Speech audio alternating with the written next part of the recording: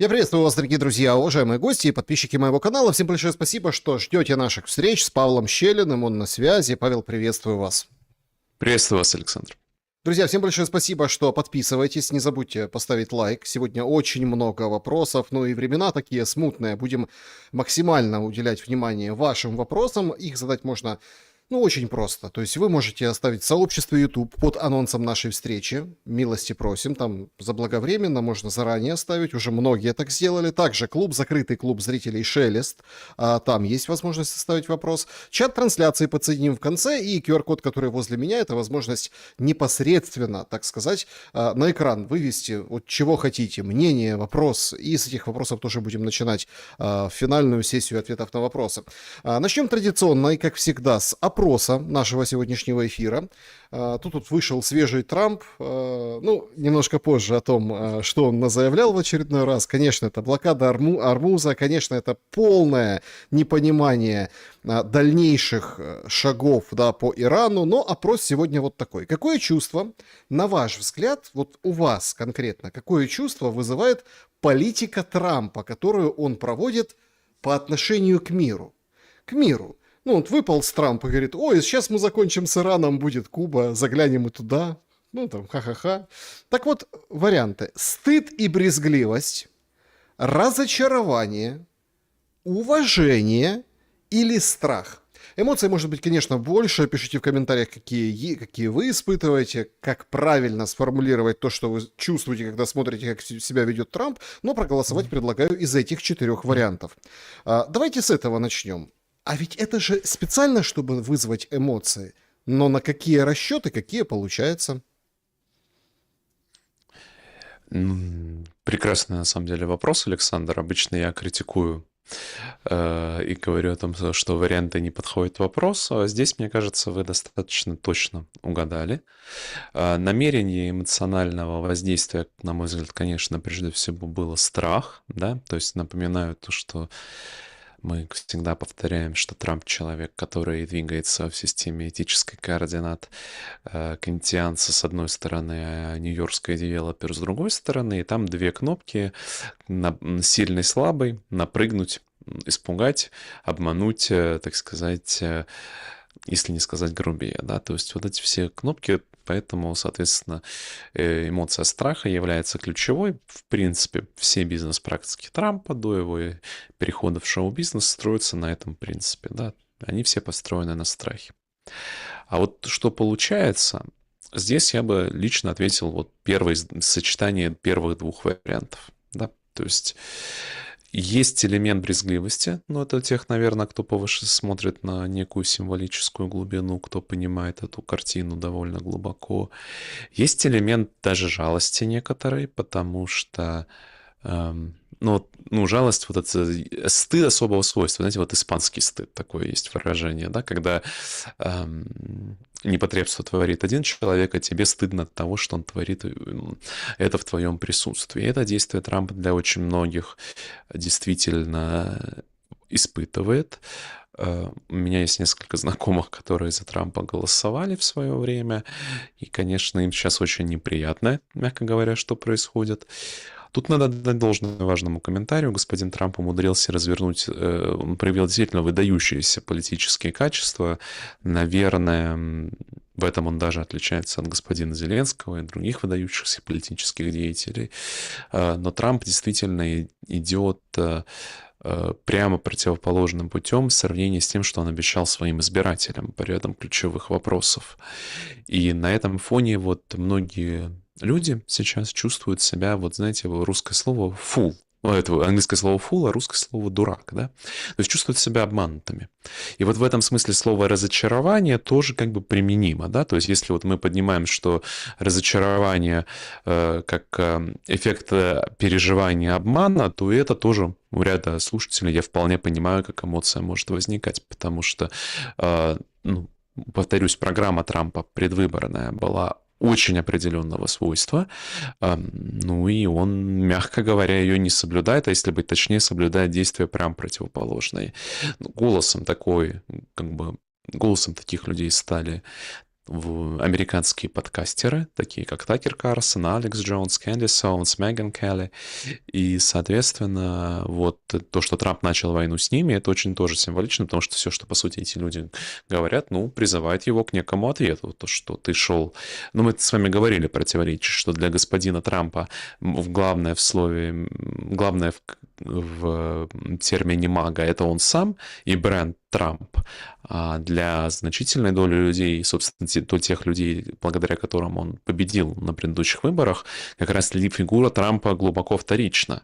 Там он является инструментом для очень определенных идей, и его предательство этих идей, соответственно, у них вызывает разочарование. Какие еще есть? При этом есть другой элемент слова разочарование, мне кажется, тоже очень важно о нем сейчас упомянуть.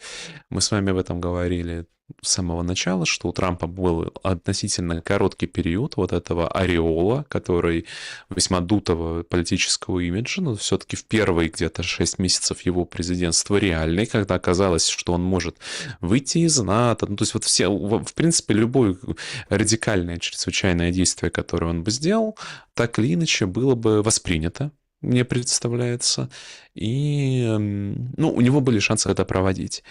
А теперь по Салтыкову Щедрину от него кровопролития ждали, а он чижика съел. Поэтому вот разочарование в смысле как разрушение вот этого некого Марокко, да, то есть то, что за именем Трамп, некой, можно сказать, магии за именем Трампа, вот она разрушилась. Я думаю, ну, есть, конечно, особо одаренные в мире, которые до сих пор продолжают как бы настаивать на некой магичности этого имени и рассказывать о некоторых особых хитрых планах, шахматы в пятимерном измерении, но в массе своей эмоция сменилась. Большая часть комментариев, она идет именно в сторону, чтобы сделать с этим пожилым человеком, чтобы он не натворил дел. Ну и вот эти все мемы про, скажем так, пациентов психиатрических больниц, они тоже стали, мне кажется, доминировать в последние месяцы особенно. Павел, давайте тут, поскольку все-таки, понятно, есть определенная пестрящая там, новостная лента заявлениями, действиями Трампа, мы прежде чем рассмотрим предметное действие, да, то есть Ормуз и дальнейшее его поведение в Иране, я бы хотел все-таки символическую вещь, чтобы вы прокомментировали. В чем символизм? Да. У нас на обложке, и вообще, в принципе, все это видели, как Трамп публикует, что он исцеляющий, воскрешающий человека, мессия, и вот это вот все. Ругается с папой Львом. Причем сейчас вот самое свежее, мы в прямом эфире, ему задают вопрос, а вот как вы поругались? Папа Лев говорит, Папа Римский имеется в виду, говорит, что нет, я не буду с ним конфликтовать, я миротворец, Евангелие это миротворец, в общем, я призываю всех к миру. То есть горшки побили. Уже и с Папой Римским надо было умудриться побить горшки публично, открыто, и вот сейчас заявляет Трамп, что я не буду перед ним извиняться. И вот этот пост с тем, где он в искусственном интеллекте сгенерированный как бы мессия, воскрешающий человека, он удаляет. И его спрашивают, так а что ж ты, фраер, сдал назад, если так по-простому? А он говорит, так я думал, это вообще как бы Красный Крест, я спасаю человека, а потом мне объяснили, я удалил, в общем, я не я, корова не моя.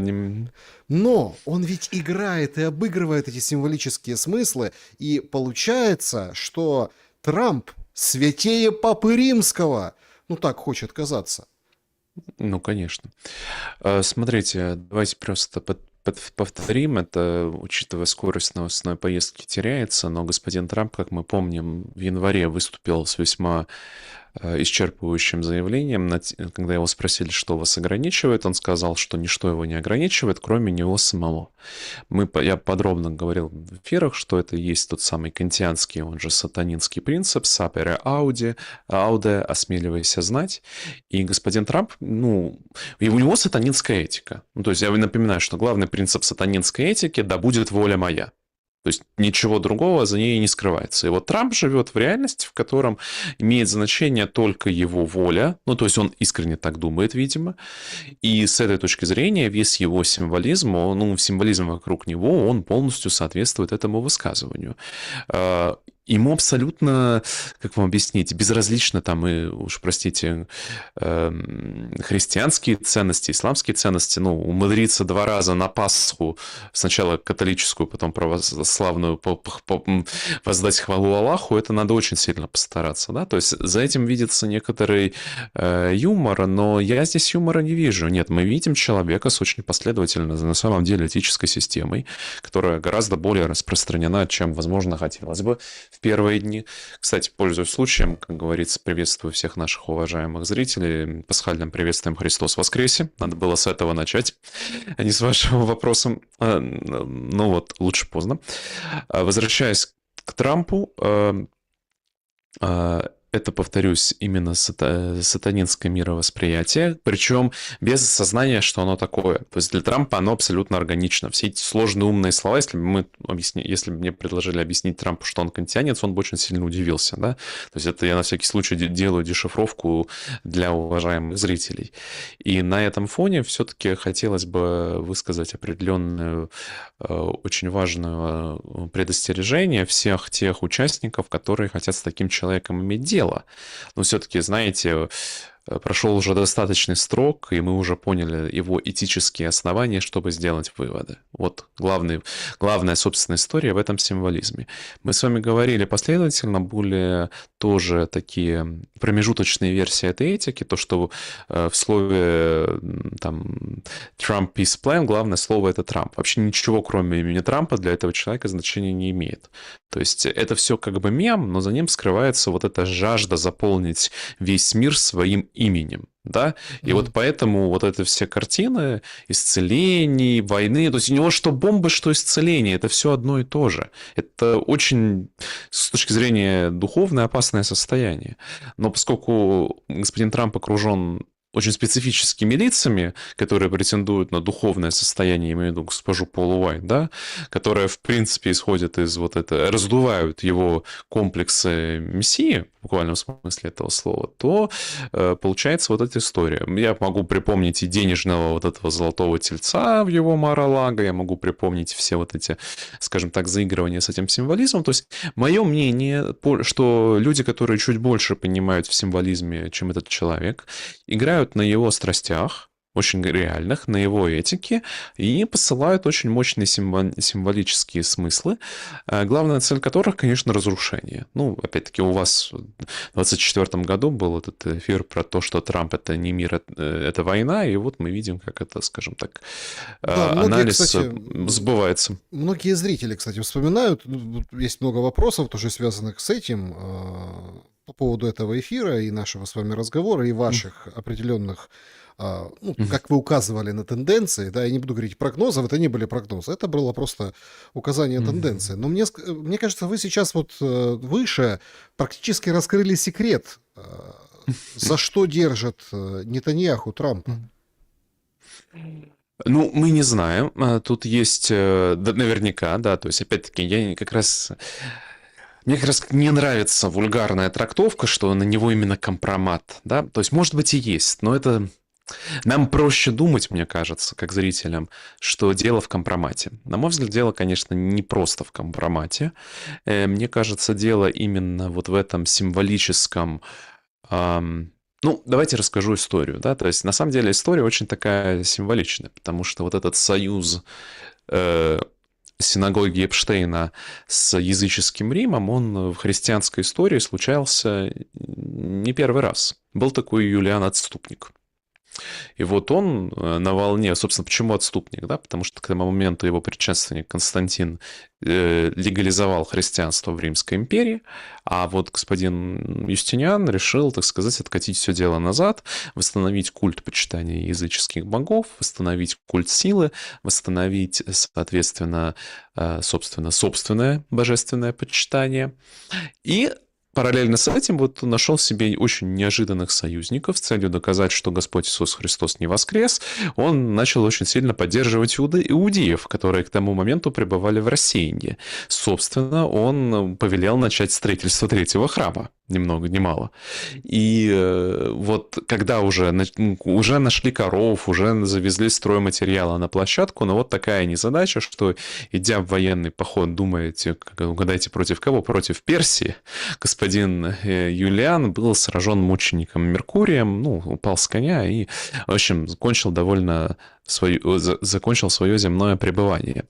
Избавиться от этого символизма очень сложно, наблюдая за текущими обстоятельствами, но, тем не менее, его отметим. То, что есть какое-то духовное, я бы сказал, очень такое антихристианское глубинное единство между вот синагогой Эпштейна и теми, скажем так, неоязыческими, волевыми, по сути, сатанинскими элементами, которые они все там начинают смешиваться в отдельном человеке до, скажем так, некого состояния неразличения. Добавьте к этому щепотку просто манипуляций элементарной, работы на человеческих страстях, и вот у вас все получится по плану некому. То есть вот я, если смотреть на духовную манипуляцию, то есть, вспомнил еще важную фразу. У Трампа же тоже, у него, не помню когда, конкретно неделю, месяц, тут уже сложно сказать, но в прошлый год выступил с гениальным заявлением, что мне нравятся те люди, которые nice to me. I like people who are nice to me. Вот вам простое. То есть это человек, который, в принципе, не может слушать критику. Это, в принципе, человек, которому не важна суть вопроса. Ему важно исключительно его ощущение в моменте. Но, простите, дальше по песенке, как это, кота Базилию, лисы Алиса, на дурака не нужен нож. Ему недорого соврешь, и делай с ним что хочешь. Почему так все произошло с переговорами США-Иран? Давайте сфокусируемся на этом. Сейчас вот Трамп пишет, он до этого выходил, заявлял, сейчас пишет о том, что 34 корабля прошли через Ормузский пролив вчера, это самое большое число, в общем, перемога. Про нюансы надо рассказывать или сами расскажете про флаги этих кораблей? Смотрите, тут понятно, что там те, которые дружат с Ираном, те и прошли, те, которые платят, те и прошли. Но тут же мы же сейчас находимся в очень таком ситуации абсолютно запредельного идиотизма.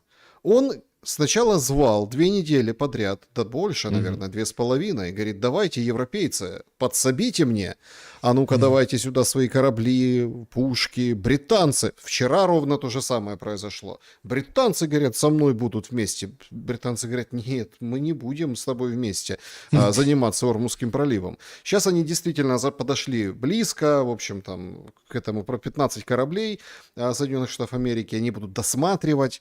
Вышел Китай и заявил о том, что продолжит использовать Ормузский пролив, выполнять энергетические сделки с Ираном, и присутствие флота тоже будет в этом регионе, и предупреждает США о том, что не вмешивайтесь, братцы, мы будем ходить по-своему, а вы по-своему.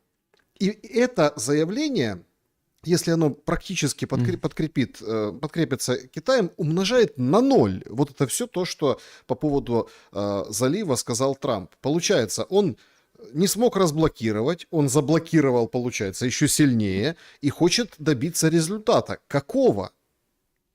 Не знаю, нет, у него нет никакого результата, он хочет добиться результата, чтобы его магическое представление о мире стало реальностью.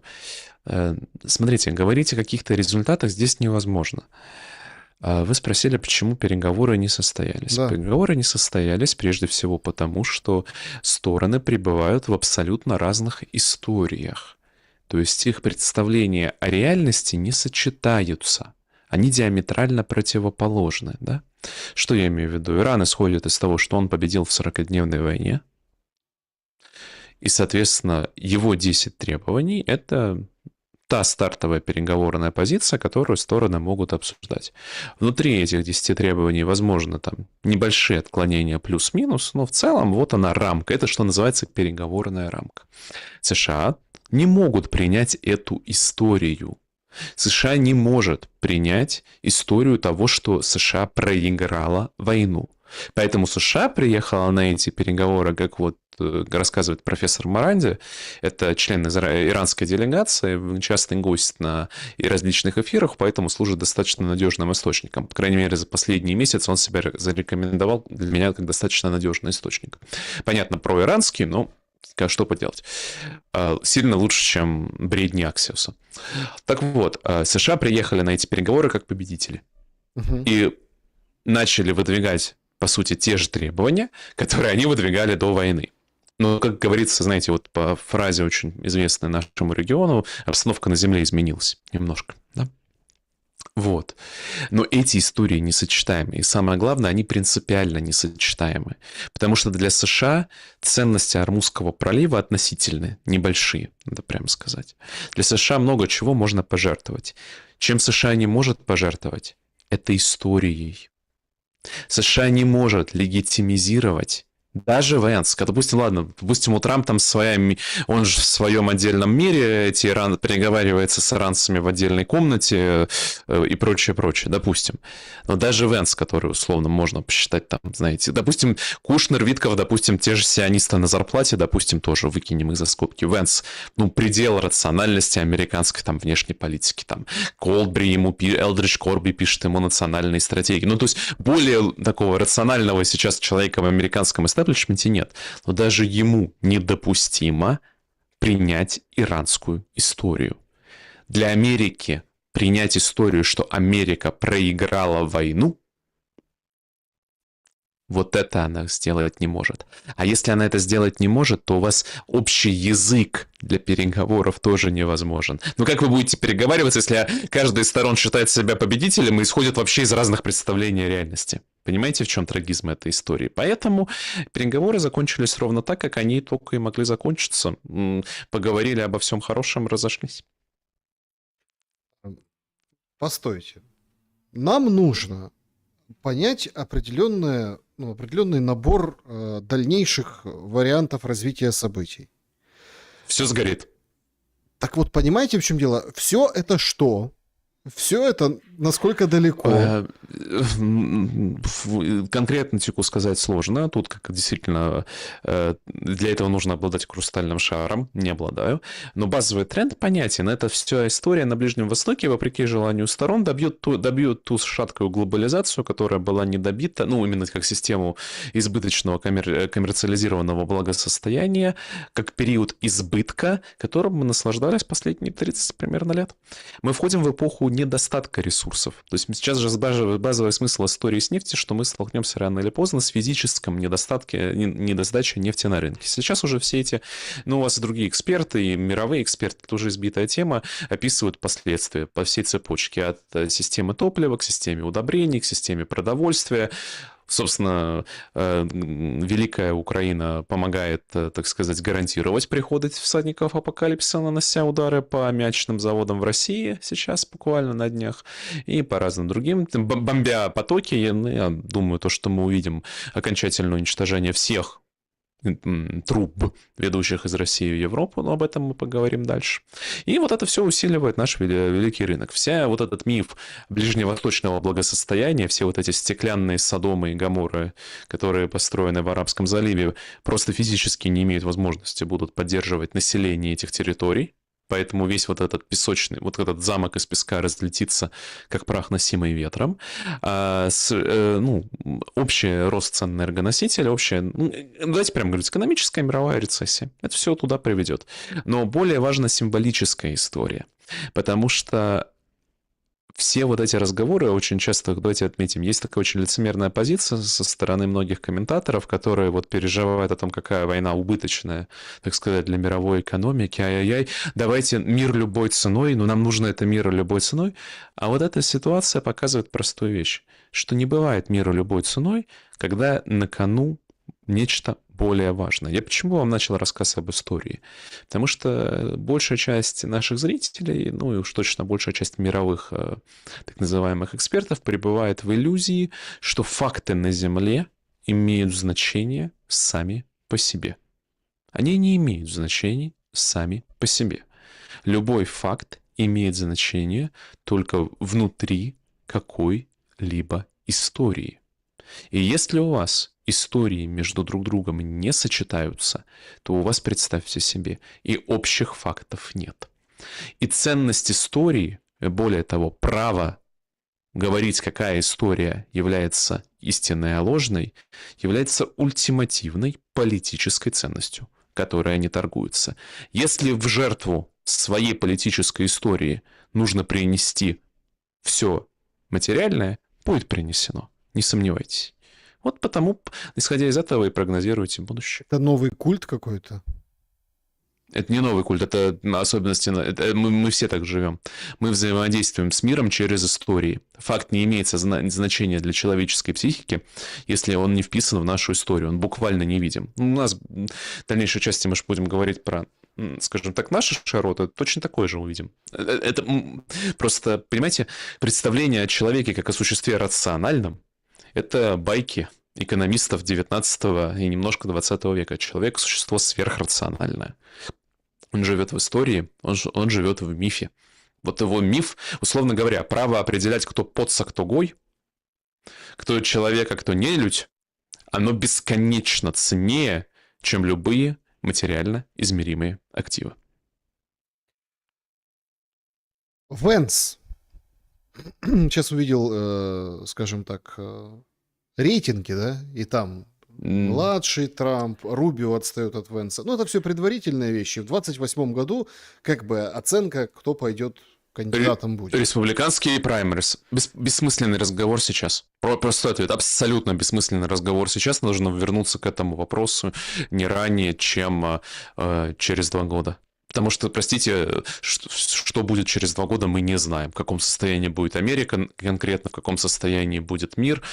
А без этого разговор о всех этих рейтингах – это чисто заголовки для поднятия, так сказать, Нет, поймите, я просто говорю о Венсе как о человеке, который давал надежду, что есть шанс договориться. Во-первых, он изначально был скептичен по отношению ко всему происходящему. Во-вторых, это не Кушнер и не Витков, это целый вице-президент целой Америки.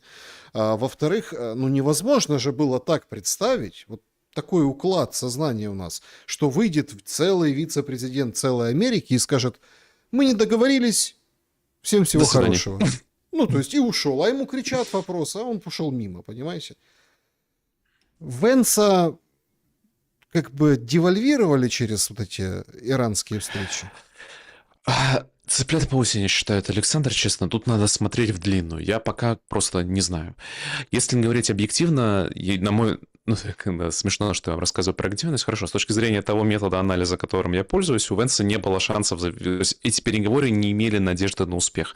Венс, насколько я понимаю по комментариям, хорошо отработал свою роль, насколько ее можно было отработать. Он сделал все возможное, но он не может выйти за границы красных линий историй. Венсу нет мандата признать американское поражение. А без этого никакие переговоры бы успехом не завершились бы. Сейчас он, по сути, я думаю, сейчас он опять уйдет в тень, даст возможность всем этим господам продолжать рушить свои репутации, но говорить о том, какие будут расклады того или иного политика, простите, к 27 году, к 27 году, это все глубоко, скажем так, гадание вилами по воде. Может, вообще, там, я не знаю, республиканская партия развалится, придется перезагружать, и там, не знаю, какой-нибудь союз популистов вообще пойдет. Такое бывало в американской истории. Если к тому моменту, допустим, в следующем году нас таки накроет большая рецессия, кто знает. То есть я вот только к этому говорю. Здесь нужно быть открытым. Сейчас мы вошли в эпоху хаоса и неопределенности такого типа, в котором вот такого рода прогнозы бессмысленные. Венс, на мой взгляд, повторюсь, если описывать его портрет, является человеком наиболее приближенным к классической дипломатической американской школе, то есть такой вот, школа Киссинджера условного, но проблема в том, что даже эта школа сейчас слишком ограничена. Даже Венс пока, посмотрим, не обладает мандатом, чтобы сказать те слова, которые являются необходимым условием, чтобы хотя бы начать разговор о реалистичных американских стратегиях. А эти необходимые слова о том, что эра американских побед закончилась. Все. То есть, это мы с вами повторяли много раз. Но это я говорю, понимаете, тирания истории. История имеет значение. К сожалению, ввязавшись в Иран, сейчас конфликт перейден в ту сторону, в котором не может быть два победителя, да, там, или 15 победителей, как нас все там победили, даже Украина умудрилась победить в этом конфликте. Нет, в этом конфликте есть победитель и проигравший, и вот здесь как раз реалии на Земле будут сильно способствовать тем людям, которые не находятся внутри истории, да, то есть мы с вами не внутри американской истории, поэтому мы можем видеть их одновременно.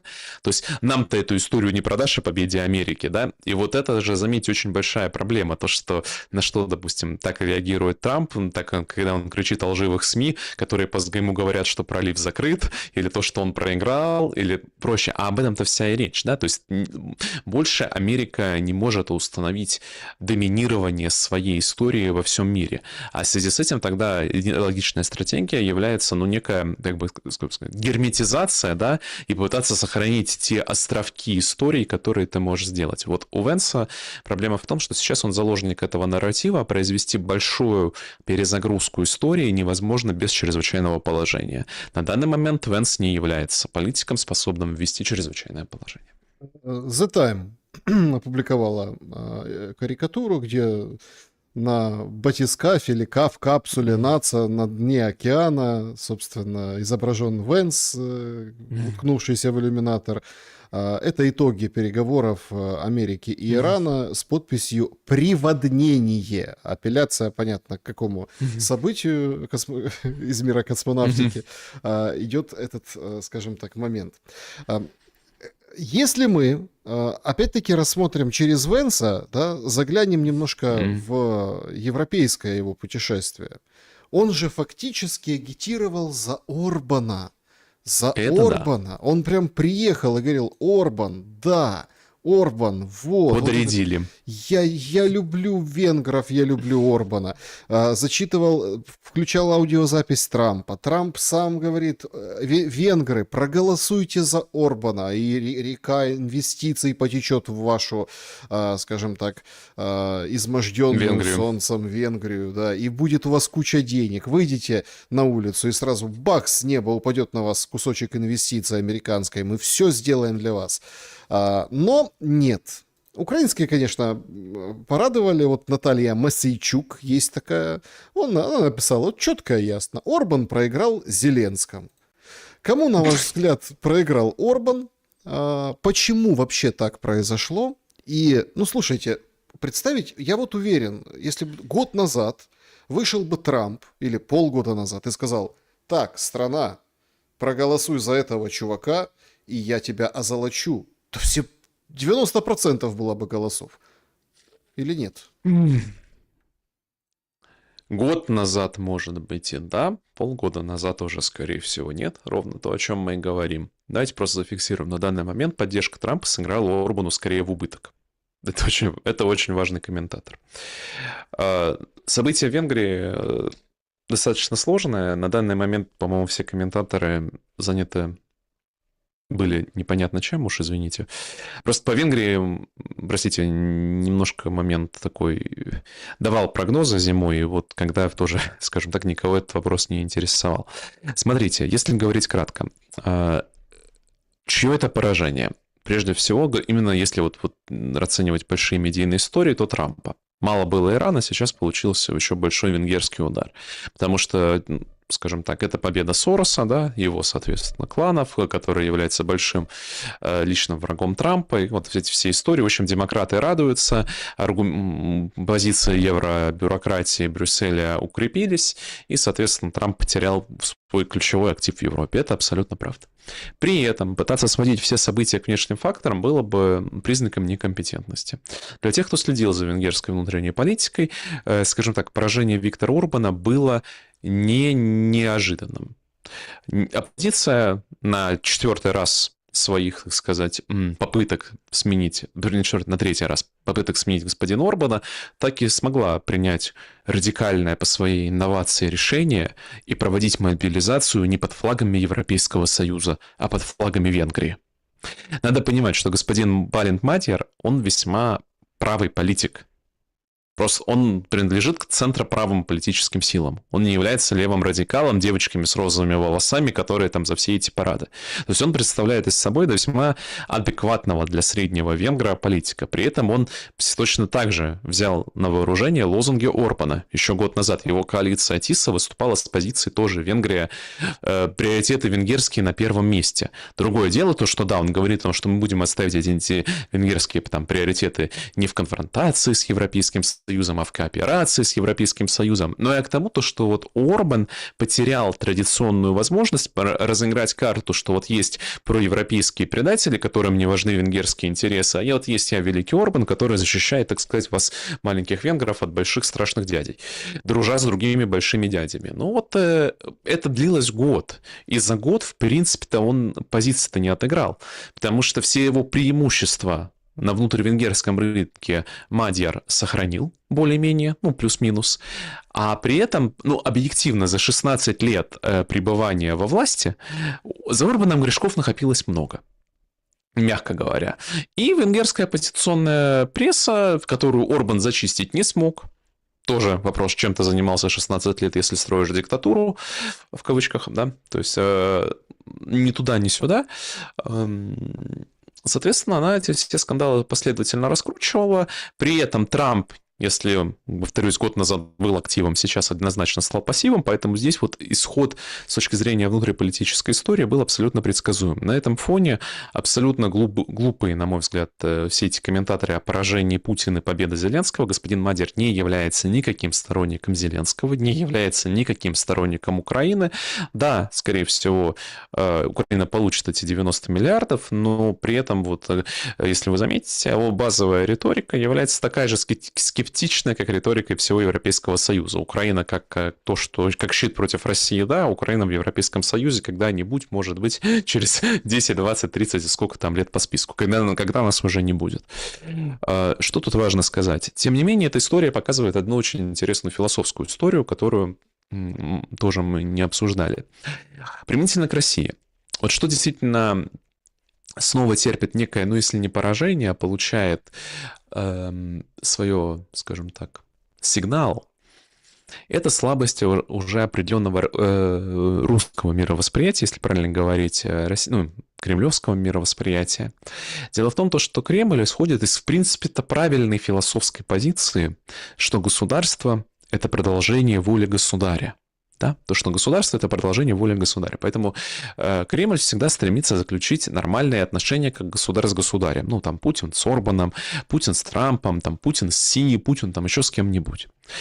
Вот искренне сейчас принять реальность, что государей в Европе нет, что есть вот эти сетевые структуры, есть гребницы, есть, как вам объяснить, пиар-фигуры.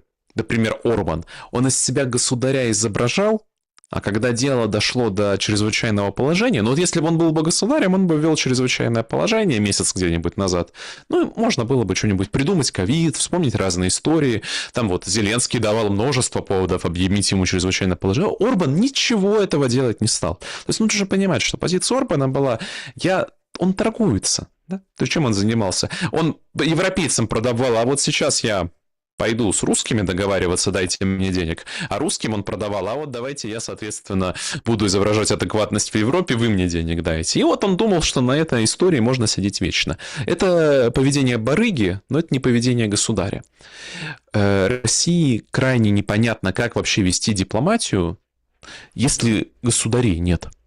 Вот это, скажем так, фундаментальный вопрос. А зачем предавать? Ну, вот смотрите, это же выглядит как плевок в спину. Я не буду говорить нож. Плевок. Это, знаете, есть такая строчка в какой-то песне у Шевчука, кажется, в ДДТ. Кто еще не пнул упавшего в ухо? Выходит Песков, говорит, а мы не дружили с Орбаном. Мы контактировали. Там тонкий момент. Там Венгрия недружественная страна, я про то и говорю. Был дружественный Орбан, а Венгрия недружественная страна. Я же говорю, это логика государя и государства. Проблема в том, что Орбан не государь. А вот в этом ключевая проблема. для И с Кремля. Орбаном не дружили, и со страной его не дружили. Ну, окей. Слушайте, высказывания идут. Вот часть то, что и с Орбаном не дружили, я еще не читал. Если еще и с Орбаном не дружили, это, конечно, пинать упавшего не очень достойно. Но то, что я читал, высказывание было про Венгрию как недружественную страну, это была история символичная, повторюсь. Позиция Кремля выстраивать личные отношения государь-государя. Принять, что в мире адекватных государей нет, и нужно вести отношения по более радикальному принципу, ну, это, скажем так, знание приходит постепенно. При этом в этом смысле очень важно отметить два момента. Первый. С точки зрения, если выступать с позиции патриота России как исторического субъекта, сторонника России как исторического субъекта, поражение Виктора Орбана – это дар Божий. Ни много ни мало. Объясните. Потому что объясню. Главной опасностью для России является не война с Европой, а дух анкориджа. В войне с Европой Россия победит, застигнув Европу. Европа в это не верит, а будет именно так. А вот большой источник для нее проблем – это вот так называемые надежды о том, что существует якобы третий путь в отношениях между Россией и Европой. Что не только выбор, либо вы нас боитесь, либо мы вас стеклим. Вот два. А вот это то, что можно рационально, по-партнерски построить долгосрочные отношения. Вот этот дух коллективной трубы, который, начиная с 60-х, Советский Союз тянул в Германию, что вот мы сейчас будем вам газ продавать, а вы нам будете поставлять машины, и на этом мы построим паневропейское большое сообщество, которое будет, так сказать, вот к общему экономическому благу и процветанию. Мы с вами много говорили, что идея Европы стоит не на экономическом процветании, что в основе ее лежит фундаментальный расизм, то, что в основе нее лежит тот самый Драгна Хостон. Вот российской элите в это, ну, до сих пор, в которой живет и дышит дух Андропова и конвергенции в целом, сложно в это поверить. Но вот каждый раз такие поражения, вот еще сейчас осталось, чтобы Вучич проиграл такими темпами следующими, если он тоже не определится, да, то они убивают, скажем так, подпорки под вот этой так называемой шестой, ее некоторые публицисты называют колонной внутри России. И с этой точки зрения это однозначно благо. Повторюсь, главная угроза для России – это дух анкориджа. Рано или поздно Россия придет, что с Европой единственный язык дипломатии, вопреки желанию России, которое европейцы понимают, он может быть только на основе 19 стиха 30 главы Второзакония. «Жизнь и смерть предложил я тебе, благословение и проклятие. Выбери жизнь, чтобы жил ты и потомство твое».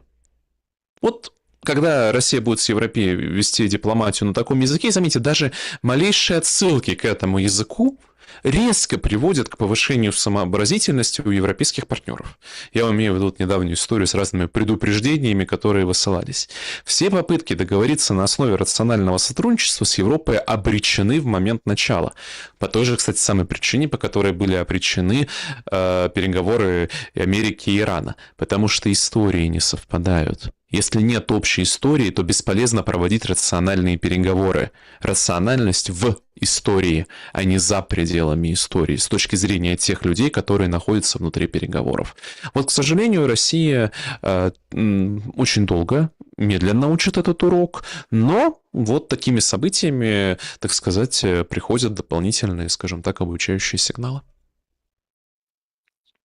Хотелось вас ввиду вот этого, ввиду колонн в России, узнать, вот что вы думаете насчет вот этой партии смуты внутри России. Ну, это не партия. Я бы не сказал, что это прям партия. Нет, да, ну это тут имеется в виду, есть из-за- партия войны, партия мира, а есть вот партия смуты. Это более широкое Так, понятие. расскажите, это кто такие? Как Ну, вы это это понимаете?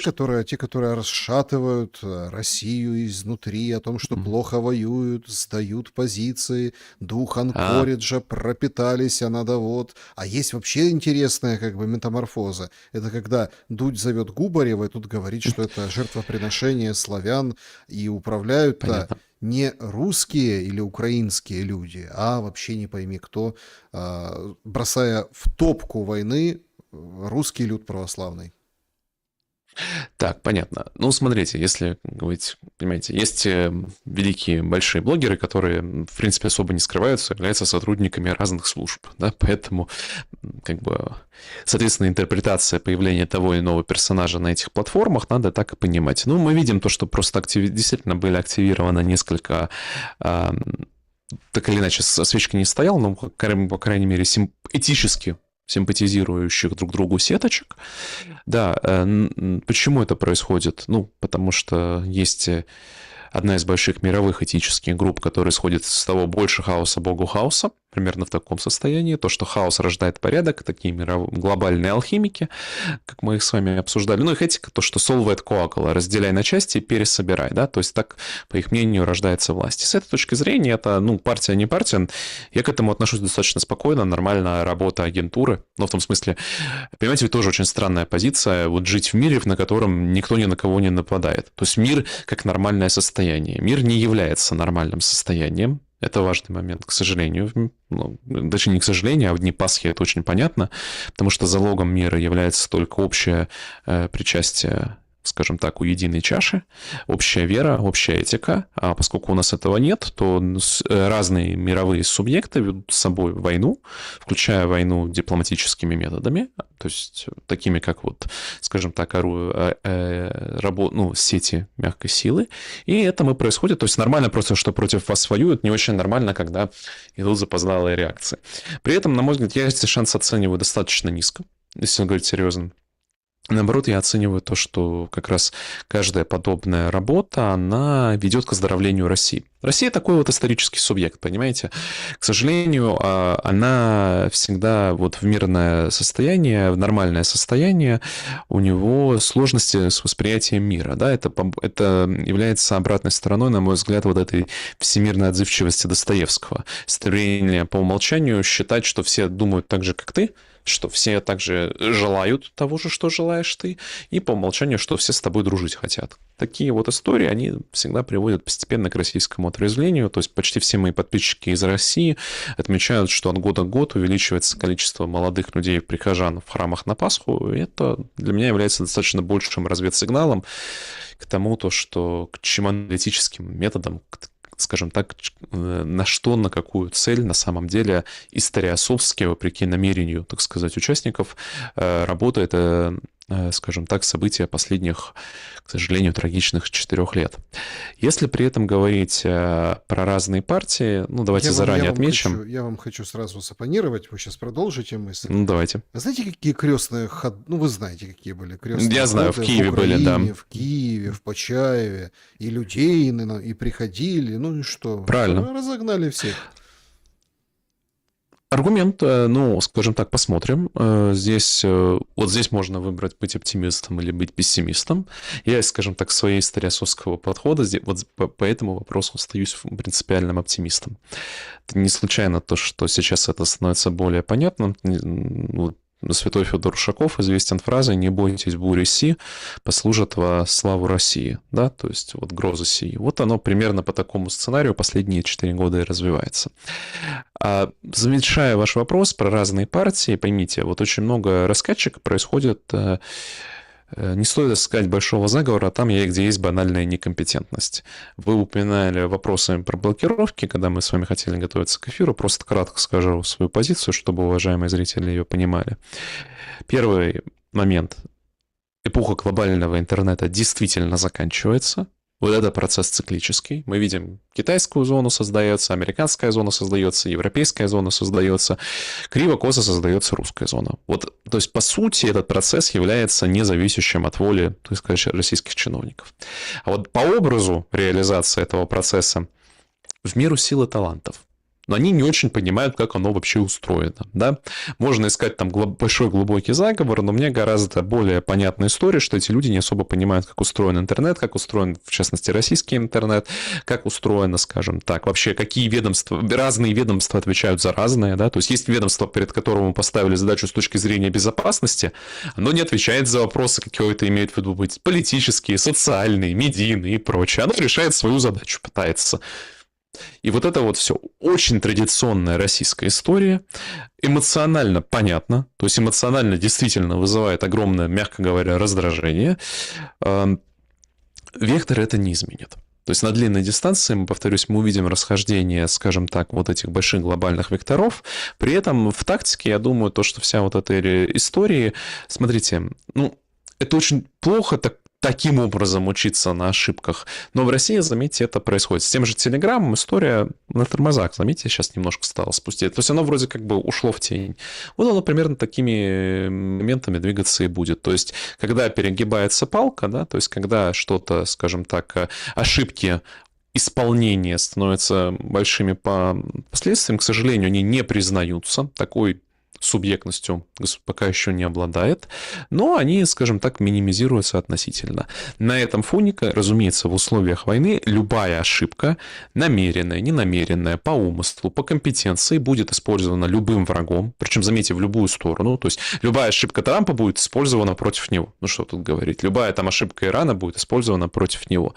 Вот эти вещи надо просто очень четко понимать, где реальная ошибка, а где попытка ее медийного использования с политической целью. Ну, у нас аудитория продвинутая, умная, поэтому я ей, собственно, этого и желаю. Давайте я сейчас попробую вам сапонировать. В каком разрезе? Попробуйте. Это действительно такая старая теория, это уже, ну как старая. Старая имеется в виду, ну, последние годы об этом говорят. Причем люди умные, люди как бы сведущие не только, скажем так, в процессах мирового развития там, секторов экономики и так далее. Нет. Люди, которые и специалисты узкие, и разные, что да, будут зоны, определенные зоны интернета. Вот эта зона одна, вот эта американская, тут китайская, как вы говорили. Это да. Но идет противоречие между вот этим разделением в каком ключе? Понятно, что у каждого там национальный интернет будет свой, там, или там какой-то зоны своей. Ну, не совсем национальный, я думаю, на национальный всех не хватит, но какую-то зоновую, да. Но погодите, сейчас же все настолько переходит как раз-таки в цифру, в онлайн, в интернет и везде, что это одно противоречит другому. Ты не можешь отгородиться, если ты интернет используешь, об этом знают, все знают. То есть я имею в виду везде, не только там, в Телеграме конкретно. Я привожу пример. И это, кстати, выход на очень интересную тему, которую я тоже хотел бы, чтобы вы уделили так минуточек 5, потому что сейчас, конечно, ужас, и он продолжается и будет продолжаться. Мы об Украине чуть-чуть вот позже поговорим, хотя это привязывается к Украине. Помните, в 2019 году говорили «государство в смартфоне». Государство в смартфоне. Вау, вот это победа, вот это круто. Мы получили государство в смартфоне, получили мобилизацию в смартфоне, получили, скажем так, вот те же самые удары ТЦКшникам под дых, но в смартфоне, ну, имеется в виду через управление, через цифру человеком. Но это во всех странах есть. И в той же России, и в той же Украине, и в Европе. ТЦК нет в России. Не, я имею в виду управление, цифровое управление. Мы сейчас об этом. Цифровое управление человеком и на него, скажем так, воздействие через этот мир интернета. Поэтому тут как бы наоборот не отгородиться бы, а как бы возвести вот эту вот надстроечку, да, где... Для кого? Ну, для самых сильных. Масонов каких-нибудь, рептилоидов. Нет, понятно, для рептилоидов. Смотрите, Александр, все очень просто. Договориться не получится, потому что, чтобы такая настройка была, нужно, чтобы эти, в кавычках, масоны, в кавычках, рептилоиды друг друга за людей считали. А они друг друга за людей не считают. Нет, ну, конечно, это понятно, что друг друга за людей не считают, но все равно технически... Нет, это вам это непонятно. Давайте я сделаю паузу, это же принципиальный тезис. На этом-то все и висит. Почему все эти тотальные мировые заговоры не работают, собственно? Потому что, чтобы такой заговор работал, вам нужно, чтобы американская элита считала русскую элиту, китайскую элиту равными себе. Сейчас. Никогда такого не будет. Скорее весь мир сгорит, чем это произойдет. Вот именно поэтому все эти коварные планы и не сработают. Не потому, что нет технической возможности, а потому что друг друга эти товарищи никогда за людей считать не будут. Человеком считается только тот, с кем ты в одной этике. с кем-то одной статусной этики, с кем-то одной истории, а они у них разные.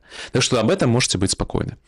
При этом разговоре о, скажем так, невозможности, смотрите, здесь не являюсь таким техническим экспертом. Я знаю то, что, ну, из того, что я понимаю, все вдохновлены опытом Китая. У Китая получилось, значит, и у нас получится. Как именно, с какой скоростью, насколько удобно, как криво и косо, это уже вторичные вопросы. Этот процесс может занять достаточно долгое время. Но, повторюсь, мы видим шаги в эту сторону. Повторюсь, мы видим шаги, то, что тот же самый Twitter, X в Европе, простите, точно так же подвергается, скажем так, цензуре. Мы видим то, что TikTok в США. То есть, понимаете, мы-то с вами как пользователи, давайте прямо сделаем, зафиксируем. То есть, я сейчас говорил как философ, как пользователь. Да, мне как пользователю глобальный интернет очень удобен. Я его обожаю. Я его очень люблю, и вы его, я думаю, любите. Проблема в том, что не мы будем определять, как это будет произойти. В конечном итоге это будет определять люди с ресурсом безопасности. Презумпция глобального интернета, Безопасности это кого? важно. Государство. Я, собственно, и хочу развернуть тезис. Презумпция глобального интернета висела на презумпции нейтрального интернета. Что нейтрет — это нейтральная платформа, где мы торгуем, развлекаемся. Ну, по сути, вот ровно этим и занимаемся. Интернет стал частью, собственно, и это не мои бредни, это документы НАТО, можете почитать. Лучшая теория, домены войны. И вот интернет — это официально домен войны, согласно военной доктрине НАТО. В этих условиях он не может быть нейтральным. А если он не может быть нейтральным, значит, он не может быть глобальным. Значит, вопрос безопасности выходит на передний план, как бы нам этого не хотелось. В этом его трагичность. То есть мне бы тоже, как пользователю, было бы здорово, если бы им всем хватило ума не превращать интернет в домен войны. Поздно. Интернет-домен войны, ну, со времен так называемых цветных революций, на самом деле, со времен арабской весны, а последние события в Непале и Иране прошлогодние окончательно поставили точку, что все большие субъектные игроки будут вырубать этот интернет при любой угрозе безопасности. Что Иран, что Турция, что Россия, что Беларусь, что США, если, не дай бог, там что-то пойдет не так, что Европе его вырубят и прочее, прочее, прочее. К сожалению, нам, как пользователям, мы можем здесь только вместе посочувствовать друг другу и искать пути адаптации, да, то есть превращать наши проблемы в задачи, но это как есть. Это как есть.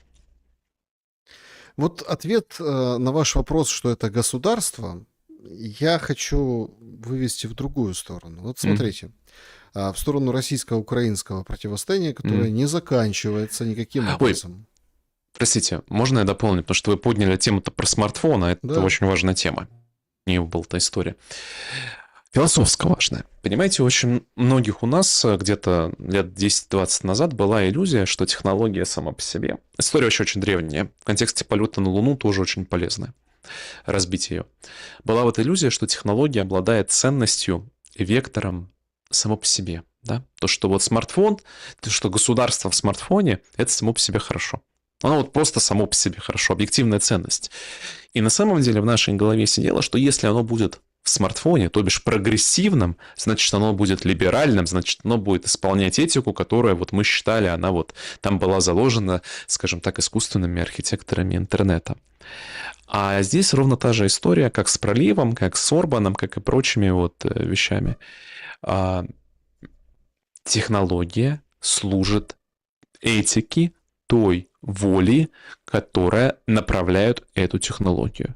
Другими словами, если государство в смартфоне, другими словами, если государство работорговцев создает государство в смартфоне, то это будет государство работорговцев в смартфоне. Дальше уже вопрос эстетический. Вам работорговля цифровая привлекательная или, так сказать, по старинке, да? Но это уже вот такого рода вопрос. То есть все упирается в фундаментальное философское непонимание, что сознание определяет бытие. Этика первичней. Технология всегда находится внутри этического контура. Поэтому сама по себе технология, полеты на Луну никого не спасут. Вы там в этом том же на Луне построите казино, бордели и Трамп-Тауэр. Да, если вы, соответственно, его с такой этикой будете осваивать. Ну, это я тоже. Недавний, сегодня утренний твит был такой поэтому Ну, комментирую. я тут еще добавлю, знаете, по поводу Луну, тут когда технология становится доступнее, а когда это доступно, теряется всяческая ценность. И вот материал в Sunday Times, по-моему, написали сегодня вышел, о том, что вот эти люди, а там реальные люди, те, которые в Мгм. пакеты ходили в туалет, извините, в этой Мгм. капсуле, которые облетали Мгм. вокруг Луны или там делали фотографии, Мгм. они получают меньше, чем какой-то, я не знаю, там, ну не кассир, это не так, ну давайте, менеджер в супермаркете относительно небольшом. 135 Мгм. тысяч долларов в год, в принципе, какой-то менеджер, да, который там выставляет товары на прилавке, получает Ну, нет. больше даже, Ну, чем он. Ну это так вот, это все-таки управляющий такой. Это знаете, управляющий супермаркета. Это такой локальный ну управляющий сравните супермаркет. управляющего Ну, супермаркетом и человека, который облетел Луну, за я которым понимаю, да. наблюдал весь мир. То есть мы к этому тоже приходим. Мы приходим, что вот это уже не ценится. И вот Нет. эти технологии уже не ценятся. Ну, у нас же этика, да, то есть у нас этика, допустим, была вот эта мамоновская, да, дух мамоновский, который точно такой же, как дух Анкориджа, дух ооновский. Понимаете, это же фундаментальная история. Давайте так объясню. Когда конец Советского Союза стал, скажем так, неизбежен, когда на официальном уровне партийных документов прописали точно такую же цель, как и на Западе, повышение материального благосостояния советского трудящегося. То есть это дух мамоновский. Ну, на полном серьезе. То есть коммунистическая партия прописывает себе в 70-е годы или в конце 60-х, вот здесь не забываю, то, что ее официальной главной целью является повышение удобства и качества, там сказать, жизни материальных обеспечений советского трудящего. То есть такое же общество потребления, как на Западе. И тогда побеждает более адекватная этому духу система служения этому духу. То есть дух-то один, служить ему по-разному. Так вот сейчас мы вот до сих пор доживаем, скажем так, эти события, они позволяют, мамоновский период. У нас вот был период доминирования Мамона.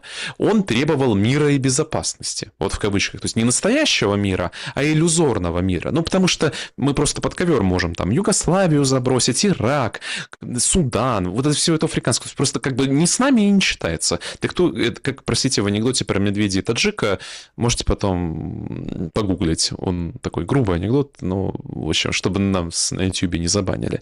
К сожалению, этот подход мы очень сильно разделяли в угоду нашему, так сказать, материальному именно служению этому моновскому духу. Вот сейчас этот дух оказывается не в состоянии более обеспечить, так сказать, то, что потребой является, скажем так, запросом глубинным. От этого идет перемена. И мы очень видим эти поколенческие разрывы. Заметьте то, что очень интересно, как в Иране получилось. Смена режима произошла, да? Только сменился этот режим на сторону тех, кто договариваться в сторону гораздо меньше. То же самое вот поколенческое. Вот эта история людей примерно 65-80 политиков, они же вот эти все дух конвергенции, дух ООН, дух Мамона, дух глобального сотрудничества. Молодежи уже перед этим пиететов нет. Они уже, так сказать, вот этому духу служить не будут. Поэтому это произойдет во всем мире, так или иначе. А на низовых уровнях, да, разумеется, в рамках служения духу Мамона, простите, инста-самка или любая инста-девушка будет зарабатывать больше, чем космонавт. Это однозначно, потому что, ну, так, опять-таки, нету объективных ценностей. Любая ценность существует в контексте этическом, что в этом обществе является ценным. Вот в том обществе, в котором мы были, ценности были определенного порядка. Сейчас будет другое общество с другим духом. То есть я надеюсь, что скажем так, в России рано или поздно путем бегом по кораблям произойдет вспоминание, что не может быть другого духа и другой русской идеи, кроме как Христос воскресе. Все остальные, как исторического субъекта, попытки служить любому другому духу приводят к крушению этого государства и этого народа, и этого языка, и этой культуры, и можно только на это надеяться. Но процесс пойдет по всему миру, потому что вот этот мамоновский дух, он вот и своим духом отвратил все народы. У него там есть, вот был, правда, понимаете, знаете, у них вот с прогрессом сложные отношения, да, дух прогресса как бы, все время у них была борьба за первое место. Вот раньше был период, когда дух прогресса думал, то, что он будет самым главным, а вот, скажем так, в конкурентной борьбе прогресс был поставлен на службу, поэтому, так сказать, ученые вместо полетов куда-то стали соревноваться в максимально качественном удовлетворении желания потребителя. Но вполне естественно такая внутривидовая духовная борьба.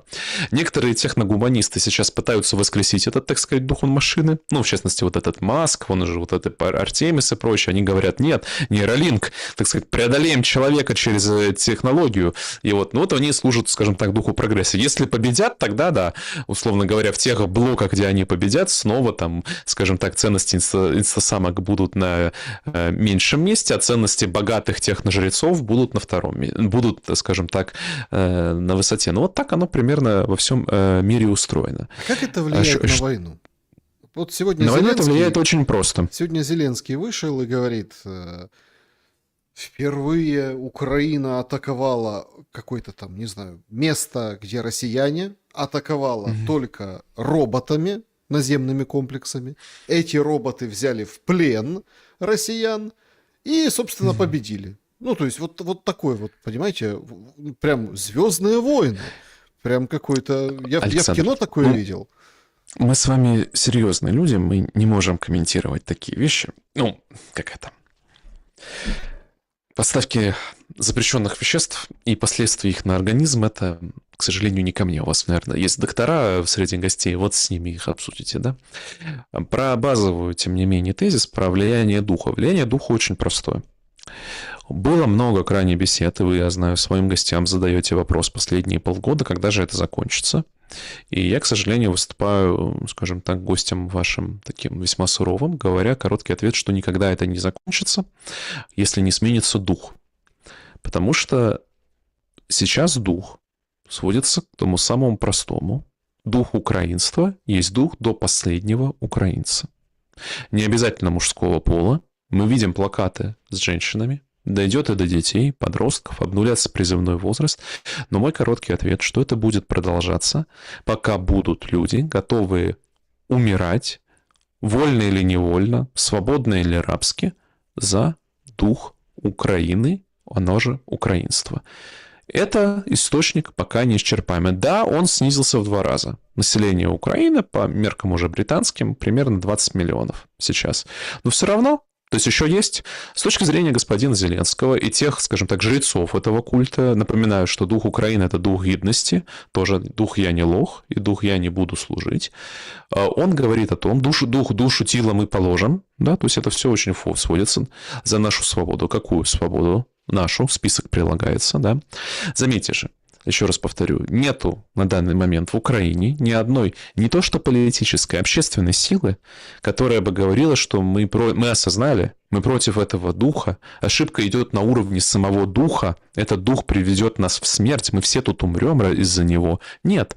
Критикуется исключительно личность господина Зеленского, который, по сути, неправильно служит этому духу. Каждый из критиков господина Зеленского говорит, по сути, следующее. Выберите меня, я лучше буду это делать. Я лучше буду воевать. Я лучше, скажем так, я буду убивать не 50 тысяч русских в месяц, а 100 тысяч русских в месяц. По сути, все ваши, так сказать, оппозиционные политики предлагают ровно именно это. Самые продвинутые из них говорят, нет, убивать русских оружием плохо, мы научимся, мы хитростью возьмем, мы, так сказать, хитростью победим. Но никто не ставит под сомнение самой дух. А у духа очень четкая сделка. В обмен на гидность он требует кровь. И вот вся эта кровь, скажем так, будет литься до того самого последнего человека. Вам это кажется, возможно, сейчас преувеличением, там, философ в свои философские дебри ушел. Ну, вспомните, что я говорил 2 года назад, когда все ждали мира вот-вот со дня на день, на неделе.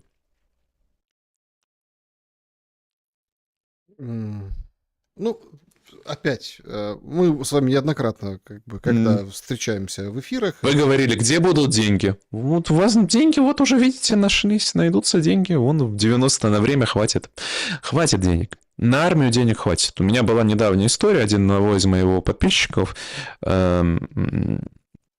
похитили, короче, в общем, ваши, так сказать, архаровцы, пошел, так сказать, на работу.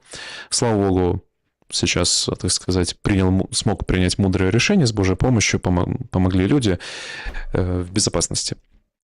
Ну, а к чему? Он рассказывал свои впечатления, и, по сути, краткие наблюдения, что там при полной антисанитарии, при полных антисанитарных потерях, там, то есть, как бы, условно, рабов особо никто не считает, но деньги есть.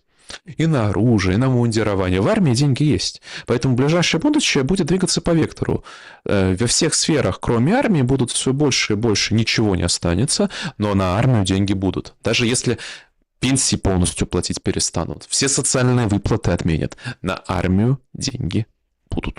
Вот это нужно очень четко понимать, что промежуточными мерами вы здесь не обойдетесь. Без смены фундаментальной истории, без смены фундаментального мифа, пока жители этой бедной многострадальной земли не осознают, что само слово «Украина». Вы знаете, был такой советский... Кстати, в Киеве же снят великолепный мультфильм «Остров сокровищ», да?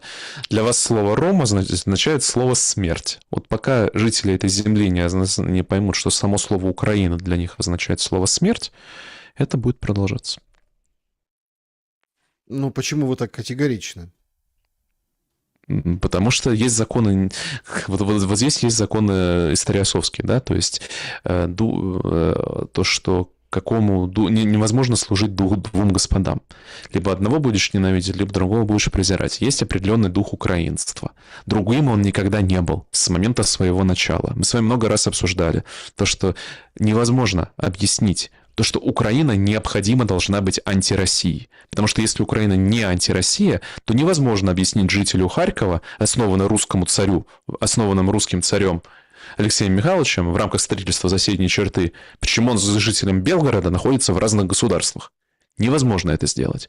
Если нету этого духа, то невозможно объяснить, почему говорим на одном языке, русском, да, то есть вопреки всем стараниям омбудсменам, не приживается, да, то есть опять украинские же националисты, то есть я читал всех этих украинских националистов, уж простите, и они, ребята, гораздо более последовательные, и они очень четко описывают, каковы критерии служения этому духу. Я напоминаю, что лучшую максимум сказал запрещенный и прочее Шухевич, что если, пусть лучше останется 1 миллион, зато, по сути, справжних украинцев. Если для этого нужно, чтобы погибнуть все остальные, значит, пусть погибнут. Но иным путем нам не сохранить там вот это, скажем так, то, что они считают священным.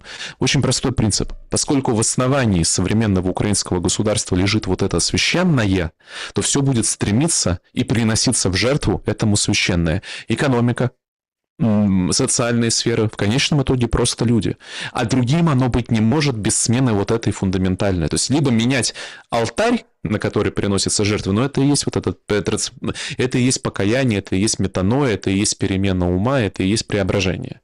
Но этого, скажем так, я абсолютно здесь нахожусь на позиции греческой античной трагедии, что само по себе оно не произойдет. Да? То есть, к сожалению, мы во всем коллективно вот это предыдущие духи, которые мы описывали, мы потеряли очень сильно навык эти вещи понимать, различать, вообще переживать. Мы до сих пор внутри себя мыслим в категории... То есть мы врем сами себя. Мы думаем, что мы про деньги, что мы про договор. Мы отказываемся признаться в реальных ценностях, на основе, что оно приносится, и как это вообще, что из себя представляет человек. И вот без вспоминания того, что такое человек, чем он реально движим, как он движется из прошлого в будущее, как он управляется желаниями и какова иерархия этих желаний, вот без большой этой переоценки оно не произойдет. И вы можете мне абсолютно справедливо сказать, я даже вас здесь поддержу, является ли намерением Российской Федерации, целью Российской Федерации вообще работать на таком уровне? Нет, не является. Это происходит само по себе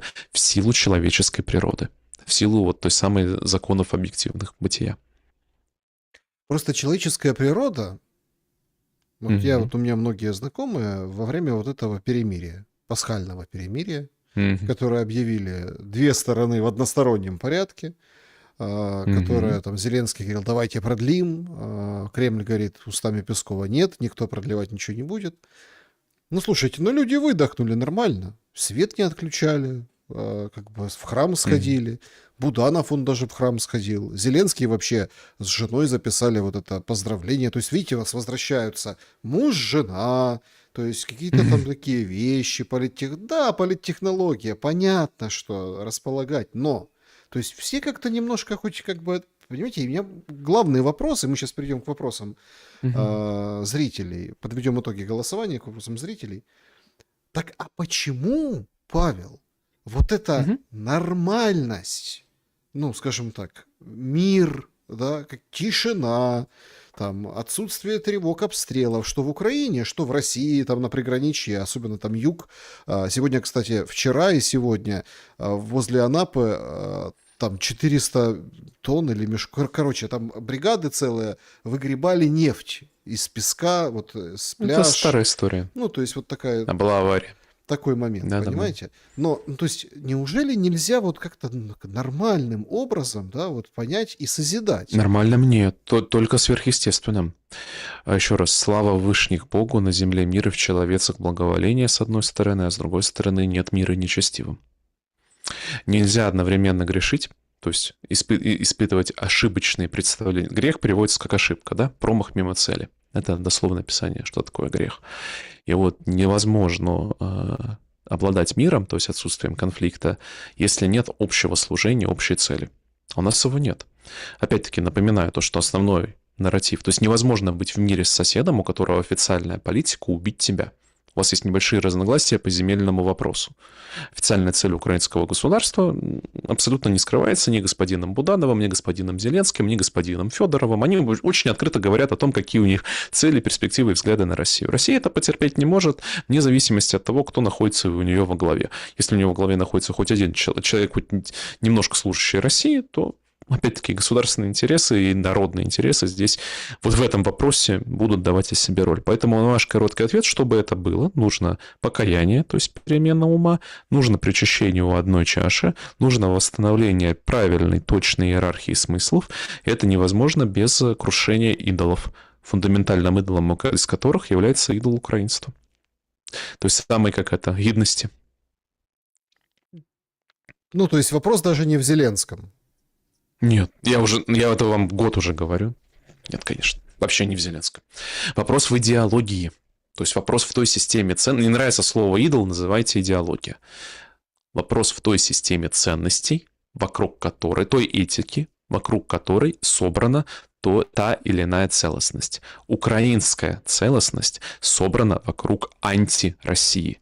Россия, какой бы она ни была, не может потерпеть на своих границах, на своих исторических землях этой антироссии. Собственно, единственная причина, почему она это терпела и до сих пор имеет иллюзии, потому что она отказывается верить. Я понимаю, что очень русскому человеку в это сложно поверить, что у него, что правда оно есть, потому что, я напоминаю, большая часть нас, скажем так, по советским учебникам там воспитывалась, ну, скажем так, если смотреть просто по количеству. Я напоминаю, что советский нарратив, он построен по принципу: был единый народ, потом хопаньки пришли монголы, часть страдала под поляками, и Хмельницкий, дружба народов, ура.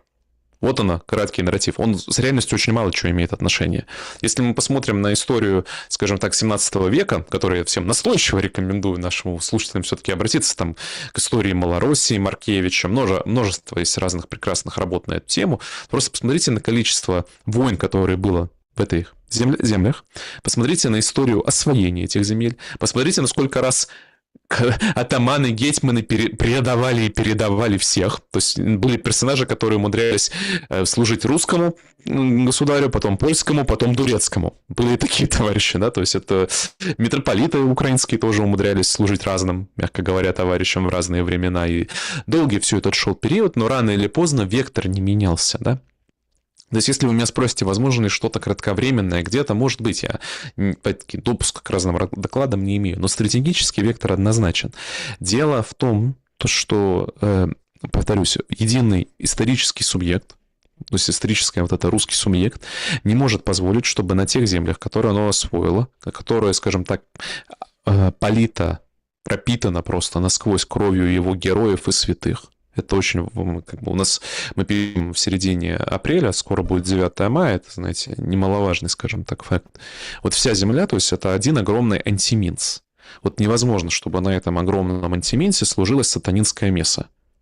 Одна огромная, да, с героями, теми, которые сейчас поставлены в герои, с преследованием тех, кого сейчас преследуют, с теми ценностями, которые подняты на знамя. Есть такое выражение старорусское «земля вопиет». Вот оно сейчас и происходит. Пока, соответственно, не произойдет приведение вот этого основании, в соответствии с тем, что находится над ним, мы будем двигаться как вот в этом обреченном сценарии. Из него можно только выпрыгнуть. Вот это возможно понимать. В любой момент можно выпрыгнуть. Каждый может выпрыгнуть. Может быть, я не знаю, произойти чудо, и завтра... Так давайте найдем кого-то главного, я уже сказал. И он выпрыгнет. Он один не работает, так не работает, оно за всех. Зеленский прекрасно отражает коллективное украинское восприятие. Опять-таки, идеология на данный момент разделяется населением. Это фундаментально. Если мы читаем, поймите, не Зеленский лично пишет все эти комментарии. Вот эта биполярность сознания, то, что я, конечно, лично против ТЦК, но в целом кто-то должен идти воевать под ФАБы. Это же не Зеленский лично это, простите, придумал, да, то есть я лично против, то есть, как это, у нас тут вообще работорговля, но мы свободная страна, а там Мортор. Это же не Зеленский лично думает, простите. Как это вечные у вас даже в гостях все время разговоры. Нет, это, конечно, все очень плохо, но на России совсем плохо. Да, это вот, конечно, вот совсем. Но опять, не Зеленский лично это делает. Не Зеленского. То есть это какая-то духовная... Это огромная, сейчас я просто говорю, это огромная духовная тайна, духовного развития. И давайте важный комментарий, может быть, прозвучать, чтобы мы услышали. Подожди, духовная тайна? Духовно, я не знаю, как это до конца происходит. То есть духовная тайна, что это таинственным образом происходит. Формулу не запишешь, там это, знаете, на кнопочку не понажимаешь, не нейролинк. Хоть сколько бы Илон Маск не пытался. Мы не знаем тоже термин Святого Писания, важно понимать. У него там часто говорится о мере, да, то есть вопль там дошел к небу, исполнилась мера беззакония, и вот, то есть какие-то меры есть. То есть знаменитая история, как за Содом торговля, да, происходит. Сколько нужно праведников, чтобы помиловали город, да? То есть вот эта вечная история там. А 50 достаточно, а там 10 достаточно, вот это вся. Мы не знаем. Вот мой короткий ответ, я не знаю, сколько нужно, не знаю, сколько нужно, чтобы вспомнил. Вот это я вам сказать не могу. Но я могу сказать просто вот эти объективные обстоятельства, с моей точки зрения, которые я перечислил, они будут двигаться и будут работать. Мы можем надеяться, что рано или поздно произойдет понимание. Важные комментарии, повторюсь, для меня. Я это сейчас делаю не для того, чтобы кого-то напугать или точно похвастаться. Посмотрите на нас с вами, Александр, какие мы тут умные, и с высокого белого пальто раздаем. Моя задача показать причинно-следственные связи. То, что я описываю, это причинно-следственные связи. Они могут вам нравиться, они могут вам не нравиться. Но если вы эти связи не понимаете, вы никогда не поймете, почему Иран с США не может договориться, почему сколько бы не был, как это, знаете, мне очень нравится читать, уже последний год у нас прогресс за прогрессом. У нас каждая встреча все более приблизилась и все более к прогрессу, а крови льется с каждым днем все больше и больше, дроны летают все дальше и дальше, осталось все меньше. Почему никто не придет? Потому что... никто не придет? Потому что должно быть желание. Никто не придет и не разрулит, не поддержит. Вот смотрите, на основе какого авторитета? Сегодня Каким авторитетом? Открыл рот Китай. Впервые вообще. Впервые. Говорит, наши суда будут проходить, в общем, мы вас предупредили туда-сюда. Так они не про разруливание, они про себя. Да, так вот, смотрите, почему никто третий не может прийти и помочь? Вот смотрите, у нас... 5000 ядерных боеголовок немножко мешают. Нет, давайте боеголовки отдельно. Подождите. Это не отдельно, это очень связано. Отдельно, смотрите. Тут как бы Беларусь пыталась помочь. Лукашенко говорит, давайте, мы там вам... А Беларусь с каких пор стала субъектом, напомните? Я имею в виду с 2014 года еще, да, вот пытались помочь. Нет, Беларусь это она за Россию, это плохие, это враги. Хорошо, Запад не попытался помочь. Почему не находится там какой-то другой силы? Вы же помните эти пункты, мирные пункты, китайские плана, вот эти 10 пунктов, да? А с ними что Россия, что Украина согласилась? Я не понимаю, Александр, о чем речь? Нет, никто не согласился. Почему никто не может вмешаться и это Еще остановить? раз, потому что нету субъекта, который достаточно силен, чтобы это сделать. Потому что, то есть, как в анекдоте, не хочешь, как в армии, да, советской, не хочешь научим, не можешь заставим. Нет ни одного субъекта, который может заставить даже Украину, прости господи, не говоря о России, сделать что-то, с чем она не согласна. Очень простой ответ. Нету такого субъекта, Александр.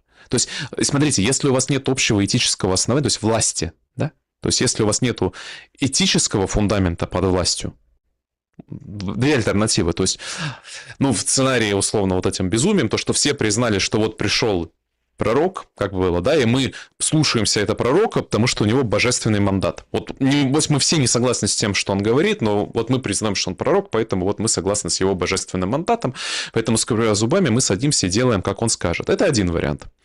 Все остальное является производным. У нас есть общая этическая система, общая нравственность, мы ее действительно ценим как священную, поэтому мы ради этого священного на этой основе делаем договор.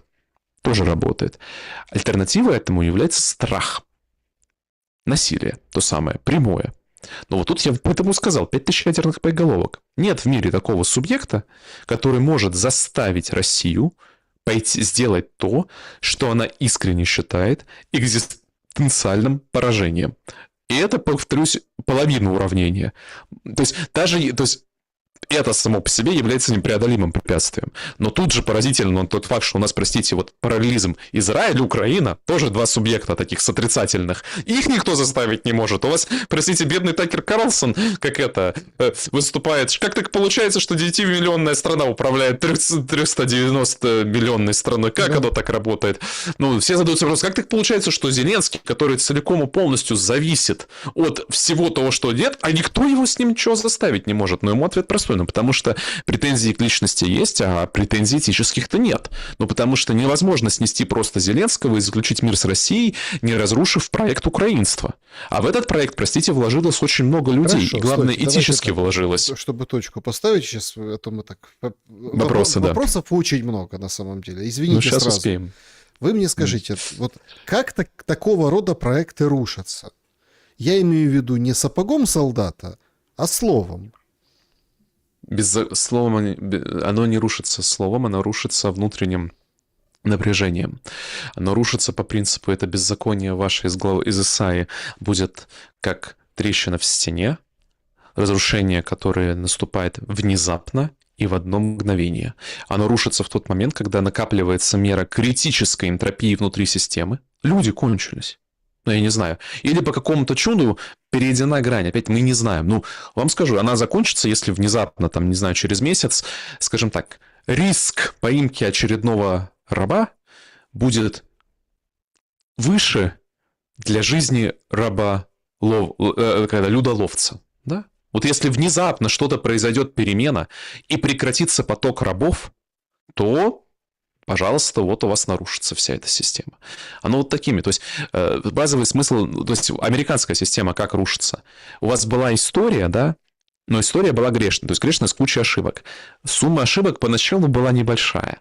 Она вот сидела, а потом она накопилась, критическая масса, и пока вы не попали в ситуацию, как в карточной игре, перебор.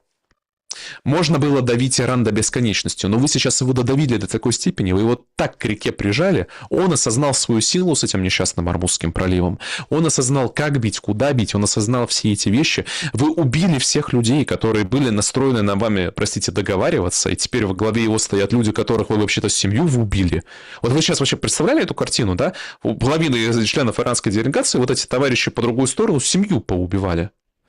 Очень надежный фундамент для хороших переговоров, да? А США себе это создало на ровном месте. Но не по причине злого умысла, а потому что в рамках этой истории, в принципе, был невозможный сценарий, когда мы нажимаем на кнопку, и магическим образом враг не сдается, но мы же самые сильные. Вот таким же образом рано или поздно происходит и здесь. Рано или поздно вот то, что кажется бесконечным ресурс рабов, становится не бесконечным. И тогда внезапно вот это беззаконие, то есть неправильная связь с реальностью обрушает в одно мгновение. Орбан думал то, что у него, что он за 16 лет все вычистил, ему вызов невозможен, а вот внезапно оказалось не так. Янукович так думал, что он там, не знаю, всех своих поставил, и ему же никто ничего не сделает. Всегда одно и то же происходит, Александр. История движется по своим законам. Рано или поздно она придет к своему началу. Да, друзья, подведем итоги нашего вопроса сегодня. Значит, какое чувство, на ваш взгляд, вызывает политика Трампа, которую он проводит в мире? Да, 5% уважения, 10% страх, стыд и брезгливость 40%, разочарование 45%. Спасибо большое, что Ну, в общем-то, так проголосовали, ожидаемо, но, вот, тем не менее, благодарим за каждый голос, за то, что интересуетесь. Я всех приглашаю на канал Павла Щелина, в телеграм-канал, в закрытый телеграм-канал, на YouTube-канал обязательно переходите, все ссылки в описании. Павел, давайте начнем с наших Давайте. вопросов. Режим Блиц, ну, как получится, потому что вопросы совершенно разные. Начнем с клуба зрителей «Шелест», закрытое сообщество, куда я тоже всех приглашаю, там есть возможность задать вопрос. Поехали. Василина. Уважаемый Павел Александрович, светлой Пасхой вас, Христос воскрес. Воистину воскресе. Вопрос в какой-то мере касается политического словаря. На прошлой встрече вы объясняли разницу между отечеством и государством. Определение отечества вы нам дали максимально исчерпывающее, цитата из Пушкина. А как бы вы определили понятие государства, что вы под ним имеете в виду, и население, или какая его часть входит в понятие государства? Или это как бы две параллельные структуры, может, частично где-то пересекающиеся? Это параллельные структуры государства для меня. Я здесь, кстати, я же говорил, я являюсь сторонником этого. Государство – это продолжение воли государя. Да? То есть государство является продолжением воли государя. Государь – это тот, кто несет на себе крест власти. Что такое крест власти? Ну, на лекциях подробно объясняю. Если хотите, приходите, учитесь, что называется. Ну, в общем, несет определенные ответственности служения перед историческим субъектом, да, то есть перед Отечеством, на нем лежит ответственность. На населении ответственности не лежит. Ответственность лежит на государстве, на том, кто несет крест власти. Вот государство, как продолжение воли государя, соответственно, является тем, кто обеспечивает бытие исторического субъекта в истории. Вот и все. Светлана интересуется. А население те, кто живет на земле, соответственно, это на земле того или иного государя. Вот примерно так. Светлана интересуется. Александр, со светлым понедельником, вас тоже, спасибо. Кто же все-таки вершит историю, массы или личности? На примере Украины, кто решил, массы или личность Зеленского? И второй вопрос в продолжение. Непубличные люди, очень интересный, кстати, вопрос. Непубличные люди могут обладать властью над обществом? Или это присуще только группам и публичным людям? Ну, по второму вопросу проще. К сожалению, мы вообще живем в мире, который специально строился таким образом, чтобы вся власть стала непубличной. Поэтому мы сейчас, по сути, за редчайшими исключениями людей власти-то и не знаем их имен. То есть вот мы знаем биодронов, геодронов, аватары мы знаем, симулякры мы знаем, а реальных людей власти мы не знаем. Мы как древние астрономы, знаете, их по косвенным признакам только можем наблюдать. Вот примерно вот то, что мы, к сожалению, сейчас наблюдаем. Но это спасибо всем революциям. С английской буржуазной до великой французской, до февральского октябрьского переворотов. Вот все было сделано, чтобы реальная власть ушла в тень. А на первый вопрос, что движет историей, мой ответ является то, что главное слово история движет имена. Имена на знаменах. Угу. Алексей задает вопрос. На хоругвях тоже в контексте Пасхи понятно, да? Где в человеке тот субъектный агент, который обладает истинной свободой выбора в сильном метафизическом смысле и не подчинен физической причинности? Пока представляется, что все мы биологические автоматы, а значит и христианская религия с ее адом, раем получается несправедлива и нелогично. Ну, в вашей истории вы являетесь, скажем так, биологическим автоматом, а я точно не живу в этой истории. Нет сейчас времени вам это подробно описывать, но если кратко, эта история абсолютно глупая, ну, просто вы мне зачем это пишете тогда? Если вы биологический автомат, почему мне должно быть мнение до вашего вопроса? Моя любимая цитата из Соловьева: «Человек произошел из обезьяны, так давайте же любить друг друга». Другими словами, вы не можете сделать ни одно категорийное утверждение, да? Вопрос, как вы это узнали? Посчитали, так вас же нет. Есть биологический автомат. Кто посчитал? Где субъект? Да? А в православной истории, где субъект есть, и за которым сохранена вот эта свобода воли, это образ и подобие Божина. Oikon en homoousios theon. То есть икона и подобие. Мгм. Вот и все. Так, вот такой еще вопрос из клуба, и двигаемся в сообщество. Венц изначально был против авантюры с Ираном, пишет Анна. После провала операции долго молчал и как до сих пор ничего и не сказал толком. А, кстати, правда, ничего толком не сказал. Но он не Нет. ушел. Ходят слухи, что Трамп болен, и в случае его смерти он станет президентом. Венц может играть в эту игру, где ставки так высоки. Как вам кажется, он оправдает чаяние людей на мир и на нормальность политики США? Может, Ну, правда слишком много ждет? переменных. Да, нет. Ждет, пока крякнет дед. Ну, давайте, мы не знаем. Это, прямо скажу, правдоподобная версия. Опять-таки, ну, не носят мне документы со справками о здоровьях, да, то есть эти все истории. Если меня просите оценить, способен ли Венс на такую игру, на мой взгляд, способен. При этом он сейчас продолжает показывать важное политическое качество, как бы нам это зрителям не казалось неприятным, лояльности, да, то есть он не то есть пока он в команде, он вопреки личным разногласиям публично ничего не говорит, хотя все понимают, мягко говоря, видимо, то, что там большой внутренний конфликт, но он не выносит на публику, что по меркам нынешней американской администрации вообще качество уникальное. Оправдает ли он надежды? Я могу сказать так, мне кажется, у него больше, на основе тех документов, которые прописаны были его командой, в частности, вот эта американская стратегия национальной безопасности, у него больше шансов оправдать ряд ваших надежд по ряду вопросов, а по некоторым вопросам, ну, он просто начнет войны в другом месте. Там очень четкий план, как Америка должна стать мировой энергетической сверхдержавой, какие регионы для нее являются ключевыми. Просто с точки зрения Венса, Ближний Восток, насколько я согласно этой стратегии, не является ключевым регионом. Вот и все. То есть с точки зрения это разбазаривание ресурсов. Нужно сдерживать Китай в другом месте, и нужно обеспечивать свою гегемонию над западным полушарием. Вот примерно позиция Венса. Европа и Ближний Восток – это пассивы, которые надо продать максимально дорого, но если не получается, уйти с наименьшими издержками. Примерно так он воспринимает. У него будет, если он станет президентом, у него будет больше шансов, разумеется, проводить эту политику. Тут гадалки не ходи. Добрый вечер. Просьба, задайте, пожалуйста, Павлу такой вопрос, как он относится к книге Аптия Лаудинова «Войско Иисуса», Исы, мир ему, в битве против войска Даджаля Антихриста.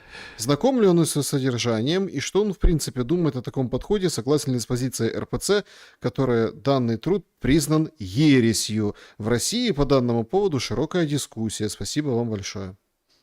Согласен с позицией РПЦ, слава богу, что такая позиция озвучена, разумеется. Ну, тут поймите, есть вещи, которые несочетаемы. То есть с точки зрения христианства Иисус Христос — это второе лицо Троицы, человек и Бог, да, то есть часть, с одной стороны, Бог Сын, как третья ипостась единого сущности Бога, единой природы, а с другой стороны Иисус Христос, то есть как сложная ипостась, обладающая двумя естествами, человеческим и божественным. С точки зрения мусульманства Иисус Христос является пророком. Эти позиции несочетаемы. Все православные об этом знают. Более того, сам Христос прямо об этом говорил, то, что в Евангелии прямо говорит, как Симеон говорит, что се лежит на падении многих и предмет пререканий. То есть именно все ереси и все расхождения — это именно о Иисусе Христе. Соответственно, если у нас разное понимание, кто такой Иисус Христос, мы не можем с вами быть единоверцами. Это фундаментальный теологический вопрос, который, скажем так, вы уйти не можете. Поэтому, слава Богу, это, в принципе, очевидно, что православная церковь является в соответствии с каноническим православным учением, и сама, скажем так, если она будет учить по-другому, то, как говорит апостол Павел, она в ересь впадет. Да? То есть если ангелы даже будут вам проповедовать иное, не слушайте. Вот у нас символ веры, вот у нас, скажем так, догматика, и есть вещи, которые сдвинуть нельзя. При этом в техническом вопросе на данный момент надо понимать, что, допустим, в войне против коалиции Эпштейна, вот это, как я уже приводил примеры, скажем так, понятно, что шиитский ислам господина того же Ирана выступает как стратегический, как это враг моего врага мне полезен, назовем это так. Да? И с этой точки зрения, разумеется, вот то, что представляет сейчас союз Трампа и Нетаньяху, это является врагом и для шиитского ислама, например, и для православной церкви. Такая вот история. То есть, но то, что у нас общий враг, не делает нас не делает нас тождественными. Вот это очень важно понимать. Так, ну, кстати, много таких вопросов, я тоже так обратил внимание. Тут просят некоторые журналисты прокомментировать вас. Некоторые журналисты окрестили такое как понятие, как хрислам. Каково ваше мнение насчет возможности внедрения обязательных Просто сразу. поцелуев Корана в среднестатистической перспективе? Ну, Ересь. Ну, дай бог, чтобы это не случилось. Ну, что я могу сказать? ну, давайте Разные еще бывают один дороги безумия. около религиозный вопрос. Про благодатный огонь. Атеисты утверждают о том, что зажигалка есть православное про божественное происхождение. Павел, что вы думаете насчет... По вере схода? вашей дано будет вам. По вере вашей дано будет вам, я думаю. Атеисты верят одним образом, да, то есть тоже, соответственно, мы верим в другое. То есть я уже рекомендовал книжку про благодатный огонь, правда, в другом эфире. Если хотите, можете почитать. Издательство Питера Хирса ее опубликовало. Ну, в общем... Ну, чудо. Я верю в чудо, да, понятное дело, да. То Да. есть атеисты пусть верят в зажигалки. Ну, что я могу сказать?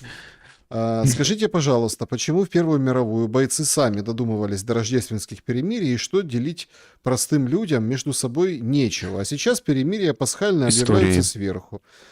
Раньше добрее люди были. Ну, раньше истории все-таки были побольше общие, да, то есть разные, там, допустим, на Западном этом фронте, там, ну, скальные перемирия, в чем были связаны эти перемирия, вы кратковременные, ну, то, что вот эта некая общая этика, она на время там позволяла им сделать перерыв. Ну, тоже не стоит очаровываться, сразу после этого перерыва те люди, которые играли друг с другом в футбол, шли, снова садились за пулемет, и война продолжалась. Фундаментальная причина, тем не менее, простые люди, мы все являемся здесь служителями той или иной истории, да, то есть, понимаете, тут же в чем трагизм? К сожалению, человек, которого похитили, вот, ну, тоже, скажем так, рассказы с мест.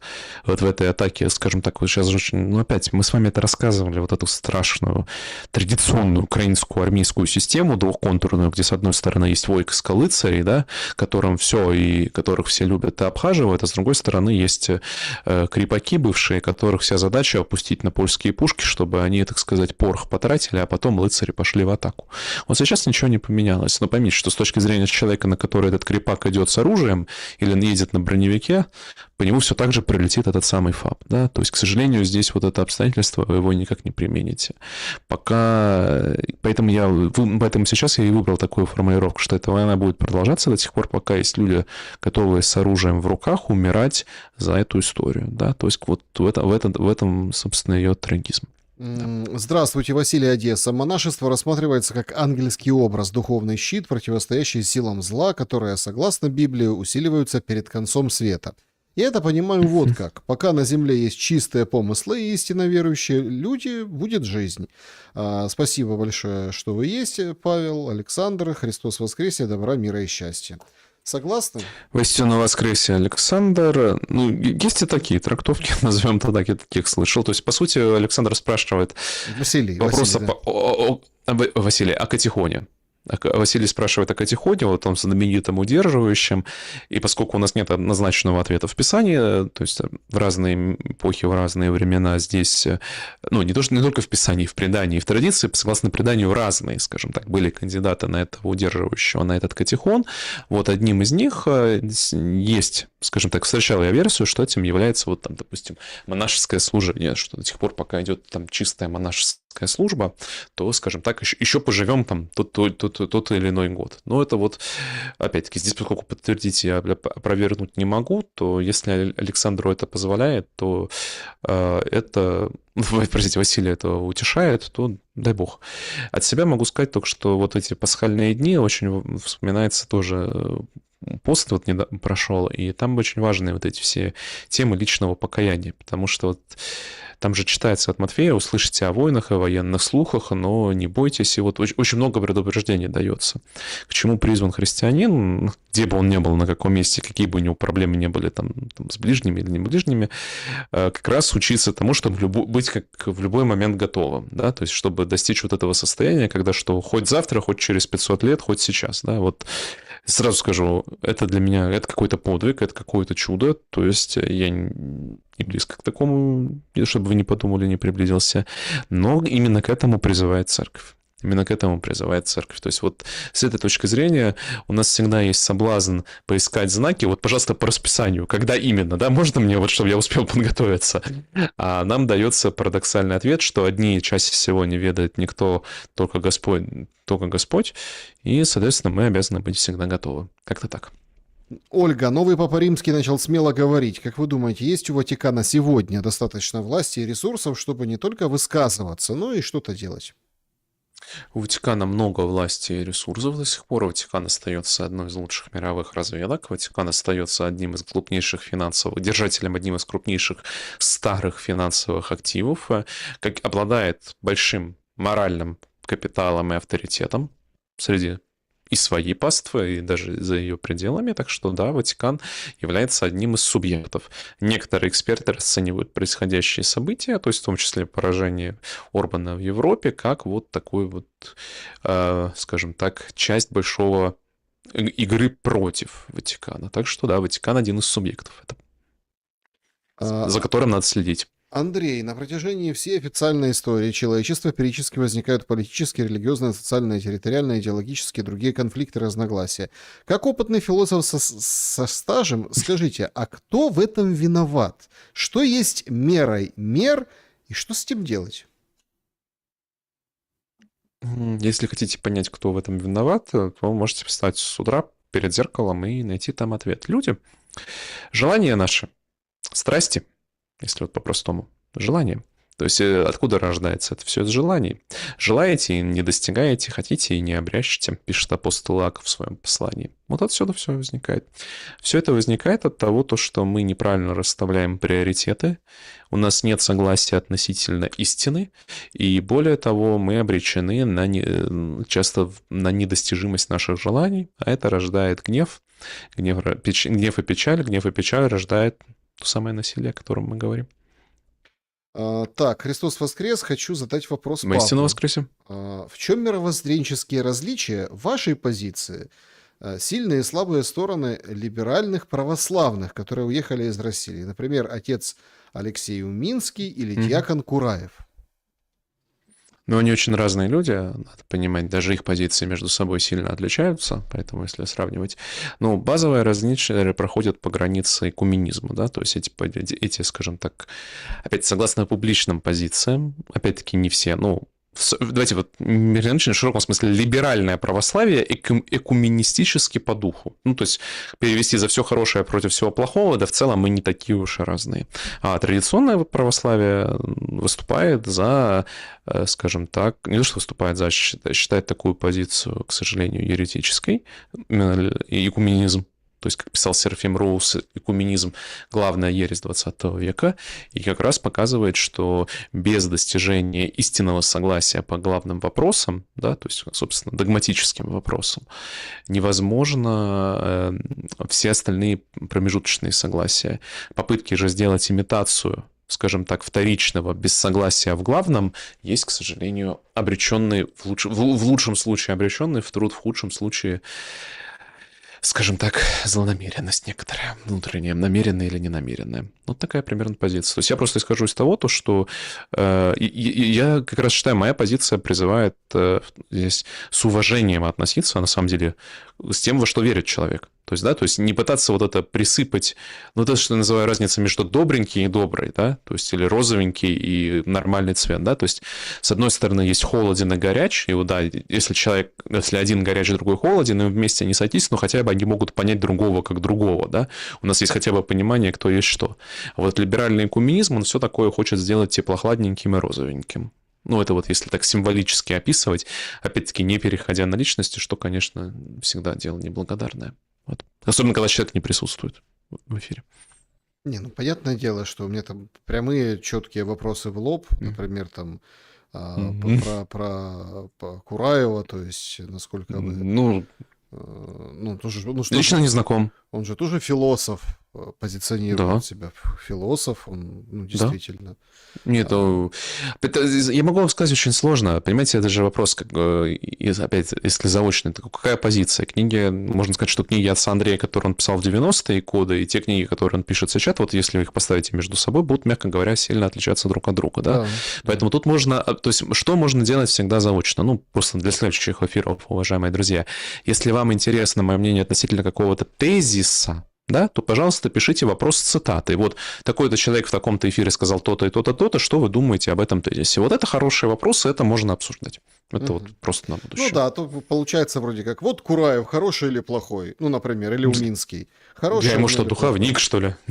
Значит, вопрос для Павла. В контексте выборов в Венгрии видел мнение, что если Орбан останется, нужно ставить вопрос о создании механизма исключения из ЕС, так как страна постоянно Мгм. голосует против. Но, по сути, голосовать против — это абсолютно нормально, в демократической системе не должно быть наказуемо. А где, по вашему мнению, грань между плюрализмом и вредительством, идущим в противоречие целям организации? Вот на примере Евросоюза Виктор спрашивает. Ну, опять тут противоречие между словом и делом.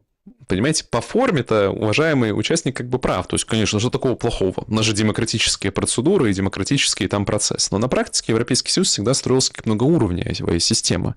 В ней, условно, были страны первого сорта, страны второго сорта. И никогда не предполагалось, что такая страна, как Венгрия, будет обладать не символическим, а реальным правом вето на общие европейские решения. Поведение Орбана просто приводило вот этот, скажем, невысказанный конфликт в высказанную фразу. Поэтому, если я думаю, что в ближайшее время, ну, во-первых, вы знаете мое мнение относительно общих перспектив Европейского Союза, не даю длинную перспективу этой организации, но перед этим, я думаю, попытаются сделать вот это, как там, многоуровневый ЕС, да, то есть вот есть как бы ЕС какой надо ЕС, а есть вот как бы вот, оно как бы ЕС, но не совсем ЕС, вот чтобы не было необходимости вот устраивать вот эти цирки и спектакли, да. Мгм. Так, тут пока мы с вами беседуем со зрителями, Что еще? вышел товарищ спикер парламента Ирана Галибаф и говорит, в Ага. честь бесстрашной позиции Папы Льва, я не боюсь. Эти слова звучат, когда он осуждает военные преступления Израиля и США. Этот лозунг освещает путь для всех, кто отказывается молчать об убийствах невинных людей. Папа Лев, ваше лидерство вдохновляет миллионы людей. Спасибо за этот свет.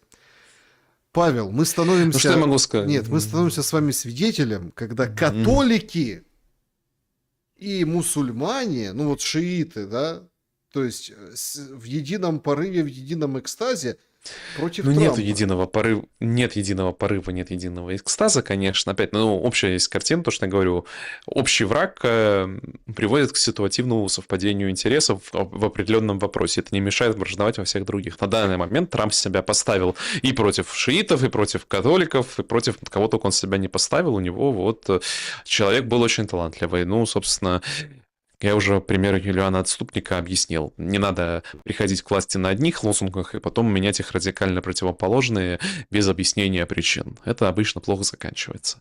А если мы говорим про Иран, тут важный комментарий. Просто на полях заметили то, что действительно надо должное. Ирану удалось в этой войне сделать неожиданное. Вот даже вот это действие. Он именно выигрывает медийную войну. И вот эти все ролики с Лего и использование искусственного интеллекта, ну, на всем глобальном юге однозначно, и даже в части Запада, ну, Трамп же, почему такая сложность для Америки, тоже очень непривычное состояние, проигранная пиар-война. Уж простите, что мы пиар-войну проиграли, к такому американцев жизнь не готовила. То, что какой-то Иран у нас в войну пиар выиграет, вот это их точно не делало. А вот Иран такими действиями, он любое заявление использует в актив. Опять-таки, вы думаете, он что, спросил Папу Римского, можно ли это публиковать? Конечно, не спросил. Просто поставили, вот, очень схватили вот эту такую твиттерную, такую вот эту иксовскую ментальность, да, и поэтому сразу вот вписывают... То есть, что он делает, Иран, заметьте? Он вписывает вот этого, скажем так, высказывания Папы Римского в контекст своей истории, да, вот, то есть у нас есть наша история Ирана, который воюет, заметьте, в какую историю продает Иран, что мы воюем за всех угнетенных против коалиции Эпштейна. И вот эта история, она весьма сильная история, она не слабая история. Учитывая, что у Трампа история меняется каждый час, У него как бы единой этой истории не наблюдается, что он, собственно, хочет. Кроме коалиции Эйфштейна там ничего не остается, и на этом фоне, да, получается то, что получается. Чат трансляции. Вопрос. Павел, экклезиаст, говорил: доброе имя лучше дорогой масти, день смерти, дня рождения. Этим ли движимы истинно верующие на своем пути к Богу, и не этот ли берут на знамя патриоты, в кавычках? Ну, скажем так, патриоты, какие именно патриоты, где именно патриоты, да, то есть опять тоже длинный вопрос. Вершина патриотизма, если мы делаем ему максимально, повторюсь, скажем так, доброжелательное прочтение, будет, конечно, отсылка к Евангелию от Иоанна, что нету больше той любви, кто душу положит за други своя. Вот она, скажем так, вершина патриотического, скажем так, этики, ну, скажем так, которую все так или иначе стараются, кто стоит на этих позициях, разделять. А что касается доброго имени, да, у нас это важное наблюдение, тоже однозначно истина. Я бы только сделал маленькое уточнение, которое, ну, в тексте Экклезиаста немножко самое очевидное, а сегодня стоит повторить: на длинной дистанции. На короткой дистанции с плохой репутацией можно что-то вот провести сеанс прикладной магии, зачаровать, там, знаете, вот это все. Но на длинной дистанции репутация свое возьмет. На длинной дистанции репутация свое возьмет. И вот это мы сейчас наблюдаем на практике, тоже следствие невыученного этого урока. Павел, что означает для вас быть русским? Ну, это означает быть частью русского исторического субъекта под названием «Русская земля». Напоминаю, что исторический субъект «Русская земля» был окончательно описан, да, именно описан. Появился он, ну, на самом деле, появился он пораньше по своим истокам, но вот такой идеальной в слитной формуле была описана в 988 году так известная крещальная формула князя Владимира, благословен Господь Иисус Христос, который сотворил новых людей русскую землю и просветил ее крещением своим. Вот с тех пор вот оно идет. Почему многие представители иудаизма, раввины в скобочках, уничижительно отзываются о христианстве? Ну, потому что с точки зрения иудаизма Христос является лжепророком. И мы все тут последователи лжеиудейского пророка, которым не хватает ума понять, какие мы дураки. Примерно так. Поэтому с точки зрения иудаизма это вполне нормальная, ну не то что нормальная, а последовательная позиция. Так. Лжемессия. Мы тут, понимаете, все последователи лжемессии. Как вы хотите, чтобы талмудический иудаизм к нам относился? Ну, с их точки зрения. Нет, ну, безусловно. Ну, ребята, Тора, Кришна, спасибо, спасибо большое за то, что интересуетесь. Ну, в принципе, правда, да? Как бы, так особо, что не поговоришь более-менее здраво об этих всех процессах и вещах. Ну, заметили, что все смыслы-то стали теологическими? Да. Все так тоже говорили про рациональность. Ну, и где ваша рациональность? Просто тоже, понимаете, какая история? Тут вопрос эгрегоры Украины и России по Даниилу Андрееву из «Розы мира». Понятно. Это вы как к этому относитесь? Я просто не в курсе, кто такой Даниил Андреев. Не, ну Даниил Андреев — это гностический автор начала 20 века, русский, у него там своя целая система с этими эгрегорами, да. Ну, я просто не гностик, поэтому короткий ответ. Но знаком. То есть короткий ответ. Да. Вы знаете, я просто не знаком, поэтому так я думаю, мало ли кто это. Значит, в чем суть борьбы красного и голубого? Почему красный, Люцифер в кавычках, в скобочках, обречен проигрывать, спрашивает вас пользовательница. А голубой тогда кто? Так, прости. С этой символической системой не знаком пользовательница. Ну, нужно уточнение, чтобы не ошибиться. Ага, хорошо. Ну, понятно. Ну, в православии голубой символ Богородицы, если человек отсылает, почему как бы красный, как если Люцифер красный, как бы, с другой стороны, Пасха красная. Не уверен в символизме, на которому отсылает вопрошающий, извините. Да. Что могут означать слова Буданова про УПЦ? Какие конкретно? Невозможно. Ну, что нет, МП, все так прозрели, все так переполошились, что... Нет, она, во-первых, есть. Не-не-не, что МП давно нет уже этой приставки. И оно вообще... есть. Нет, это очень... Его ждет большое открытие, что... Юридически нет. Ну, МП. смотрите, с точки зрения канонической невозможно отказаться, то есть поскольку УПЦ Московского патриархата, Украинская православная церковь является дочерней церковью Московского патриархата, невозможно отказаться в одностороннем порядке. Без согласия Московского патриархата эта связь не прервана. Это принципиальный момент. Ну, это просто каноническая, скажем так, справка, ликбез. Это говорит о том, я думаю, если говорить про конкретные высказывания Буданова, я думаю, это означает очень простую вещь. Последний год ведется активная работа. То есть какую стратегию выбрала часть иерархов, не вся, но часть иерархов Украинской православной церкви Московского патриархата. Они наняли много американских юристов и лоббистов в Вашингтоне, которые лоббируют, скажем так, защиту их интересов под лозунгом борьбы за притеснение прав верующих. Да? Поскольку господин Буданов, насколько мне известно из ваших выступлений с тем же Семеном Ураловым, является активным, пытается продать себя американцам в качестве более лучшей версии Зеленского, видимо, он считает, что таким пассом он повышает свои акции как адекватного политика, ну, в глазах, там, скажем так, того же Венса, допустим. Вот это, мне кажется, весьма вероятный сценарий. Структурно, разумеется, ничего не меняется, потому что Украинская православная церковь Московского патриархата является последним камнем, который с точки зрения архитекторов проекта Украины мешает им достичь абсолютного триумфа. Потому что пока этот, скажем так, связь сохраняется возможность общего причащения, сохраняется возможность общего поминовения, сохраняется возможность общего покаяния. Соответственно, стратегически, либо через внутреннее предательство, либо через внешнюю репрессию, эта связь должна быть уничтожена. Так, давайте еще парочку вопросов. Мы сегодня Хорошо. жахнули как не в себя, хотел сказать. Ну, прям так, действительно. Потому что, правда, вы очень просили, ждали общения с Павлом именно в этом формате, именно в этом ключе и в этом эфире. И политические, видите, как философские темы. Давайте парочку вопросов. Макс, почему Китай, Россия, Иран и Северная Корея не создают военный союз по типу НАТО? Потому что он не нужен. России не нужен универсальный военный союз. Ни одна из этих сторон не ставит себе цели заменить НАТО. У них есть цель, допустим, у Китая заменить США как главу ВТО, допустим, или как главу ООН, это да. А с военной точки зрения нет. У России есть свой частный военный союз с Северной Кореей. У этих вот полностью друг друга устраивает.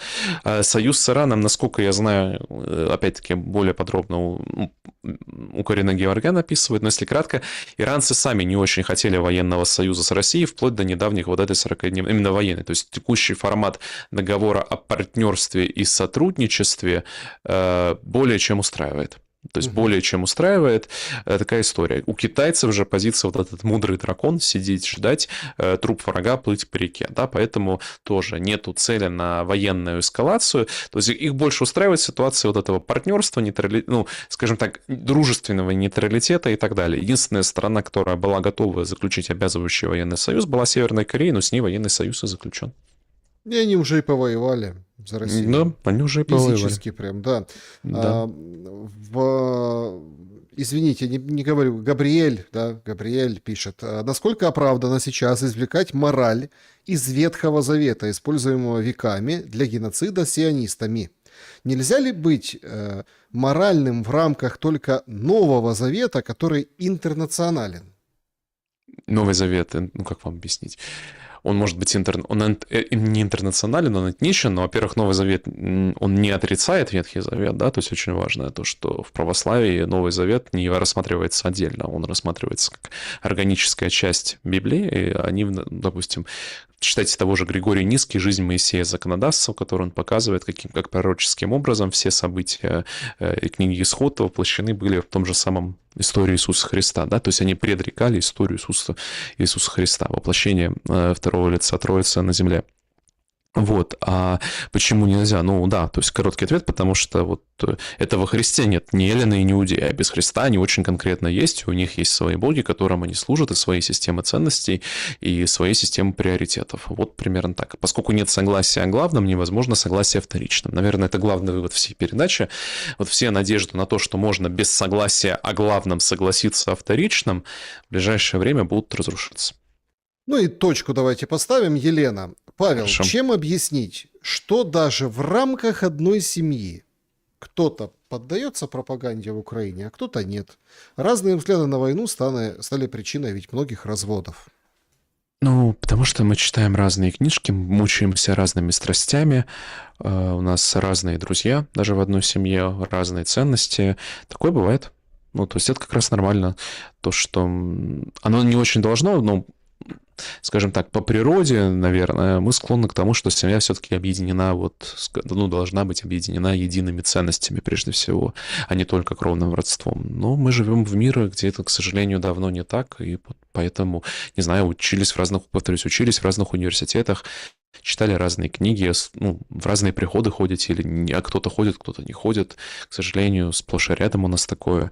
Поэтому тут вопрос, к сожалению, больше не вопрос, а крик души, я бы сказал. Я Крик просто, души. Можно посочувствовать уважаемому зрителю только. то есть если твою семью разрушила пропаганда, то это проблема в семье, а не в пропаганде. Ну, проблема не совсем правильное слово. Я бы сказал, это значит, что причины этого были сильно раньше. Причины этого были не в пропаганде. Вот, я бы так сказал. А какие они именно, как глубоко они уходят, это каждый из нас с вами, к сожалению, на своем месте пытается разобраться. Да, друзья, подписывайтесь на Павла Щелина. Все ссылки: Patreon, YouTube, Telegram, все в описании к этому видео. Пожалуйста, проверьте, подписаны ли на мой канал, поставьте лайк. Сейчас лютуют очень шибко, ну, как мы, в принципе, и говорили сегодня, и YouTube, и другие соцсети, поэтому давайте не теряться и, в общем, не убывайте, а только присоединяйтесь к семье нашей аудитории. Павел, благодарен вам за время и мысли, и со светлой Пасхой. И вас, Христос воскресе. Воистину воскресе, друзья, берегите себя, добра и света в каждый дом. Увидимся.